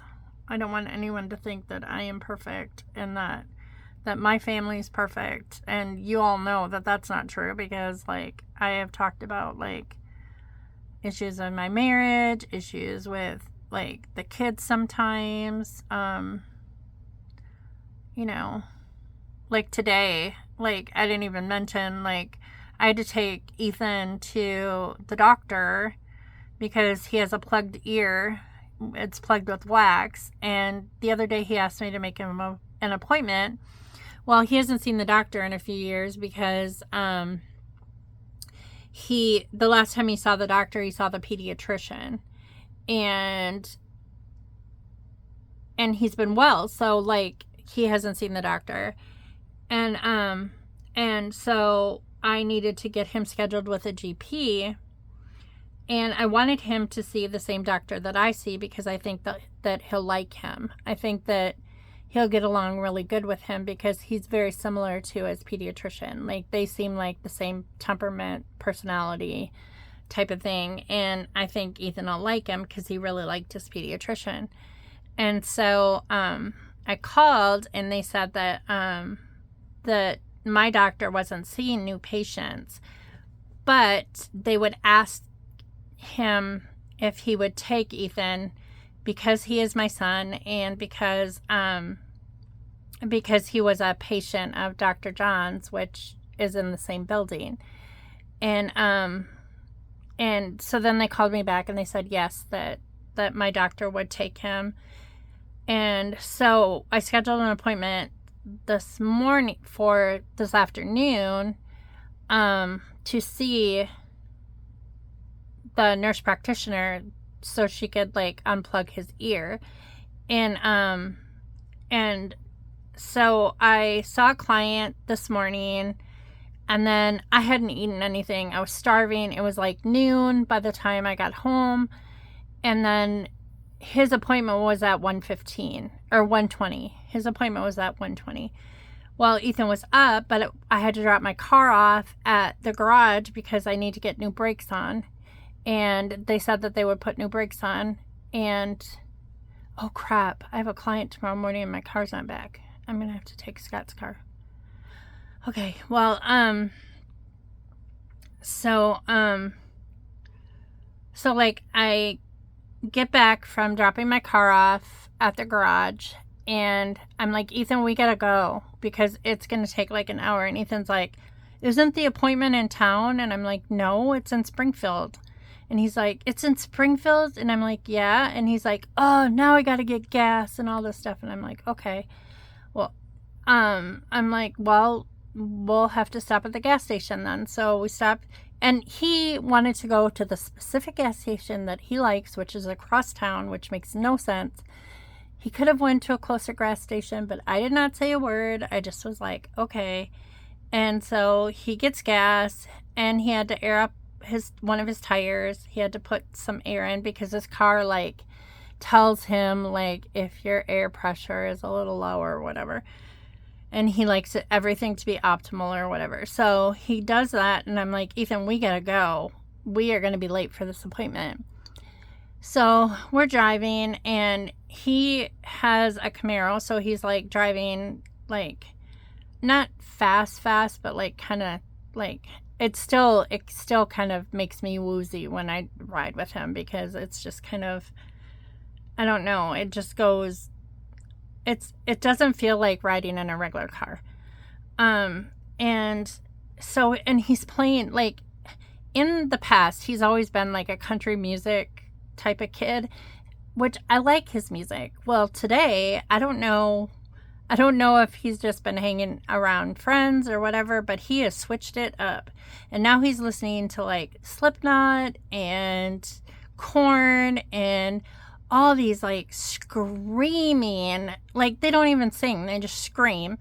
Can't hear a word that they're saying. And he's playing that like all the way to Springfield, and my head is like ready to explode. And I'm like, Ethan, like, I'm not criticizing your music. You know, this is your car. You can play whatever music you want. But I'm like, can you turn it down a little? Because my head is just, like, throbbing from, like, the screaming. And he's like, yeah. So he turned it down a little bit. And we get to the doctor's office. He dropped me off at, like, the door because we were, like, 3 minutes late. I go in. I'm like, I'm here to check in my son. They're like, we have to see your son. We can't check him in unless we see him, blah, blah, blah. I'm just like, oh my gosh. So I'm like, well, he's parking the car. He'll be right in. So he comes in and he gets checked in and all that stuff. And so then he sees a nurse practitioner, and she comes out and she's like, she talks to me about everything that she did. Like, he's an adult, but she still talks to me, like, and tells me everything. And I'm like, well, this is his first time seeing a doctor, like, on his own. Like, that's the whole reason why I came with, was, like, to, like, kind of show him what he needs to do, because he has no clue. Like, this is all new to him. You know, I've always taken care of medical stuff for him.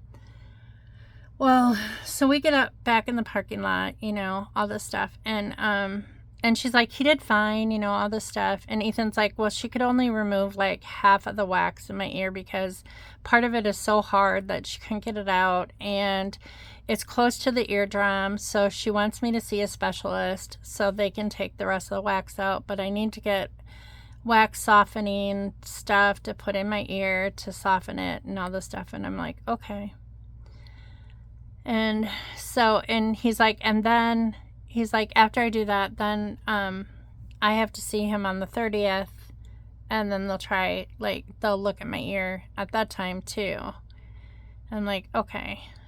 And so, like, all the way home, still throbbing, like, headbanging music. And I'm just like, oh my gosh. And I get home and I'm just like, oh.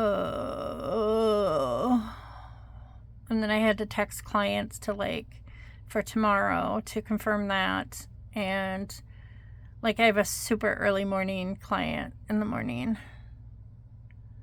at 8 a.m.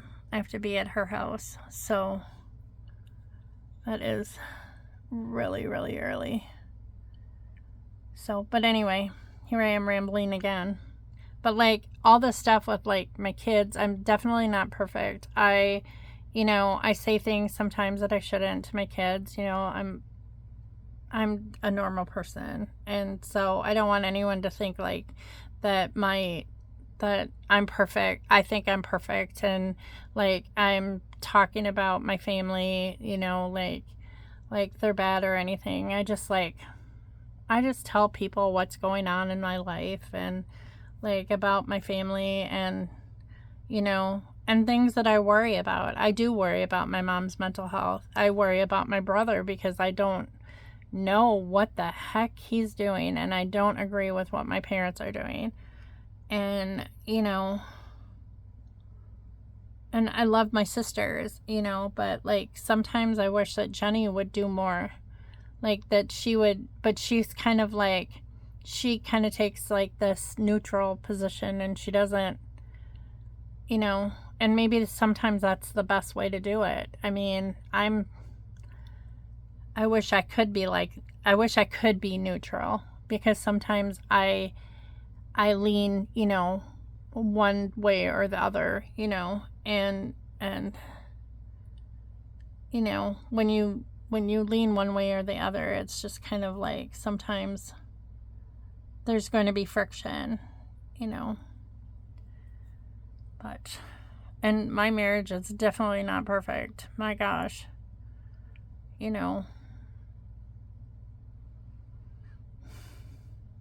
the trust train has left the building, and I don't know if it's coming back. So, but it's just real life. I guess that's just what I talk about, but Wally Scrapbook. But I'll let you go. I've probably gone on and on and on, and I have no idea how long this video is. So, but I will talk to you later. Hopefully this weekend I'll have some time. Hopefully I'll be completely done with all my courses. That is a goal, to get done and get this done and over with, so I don't have to have this hanging over my head anymore. So, but I hope you guys have a good rest of the week, and I will talk to you probably this weekend. Bye.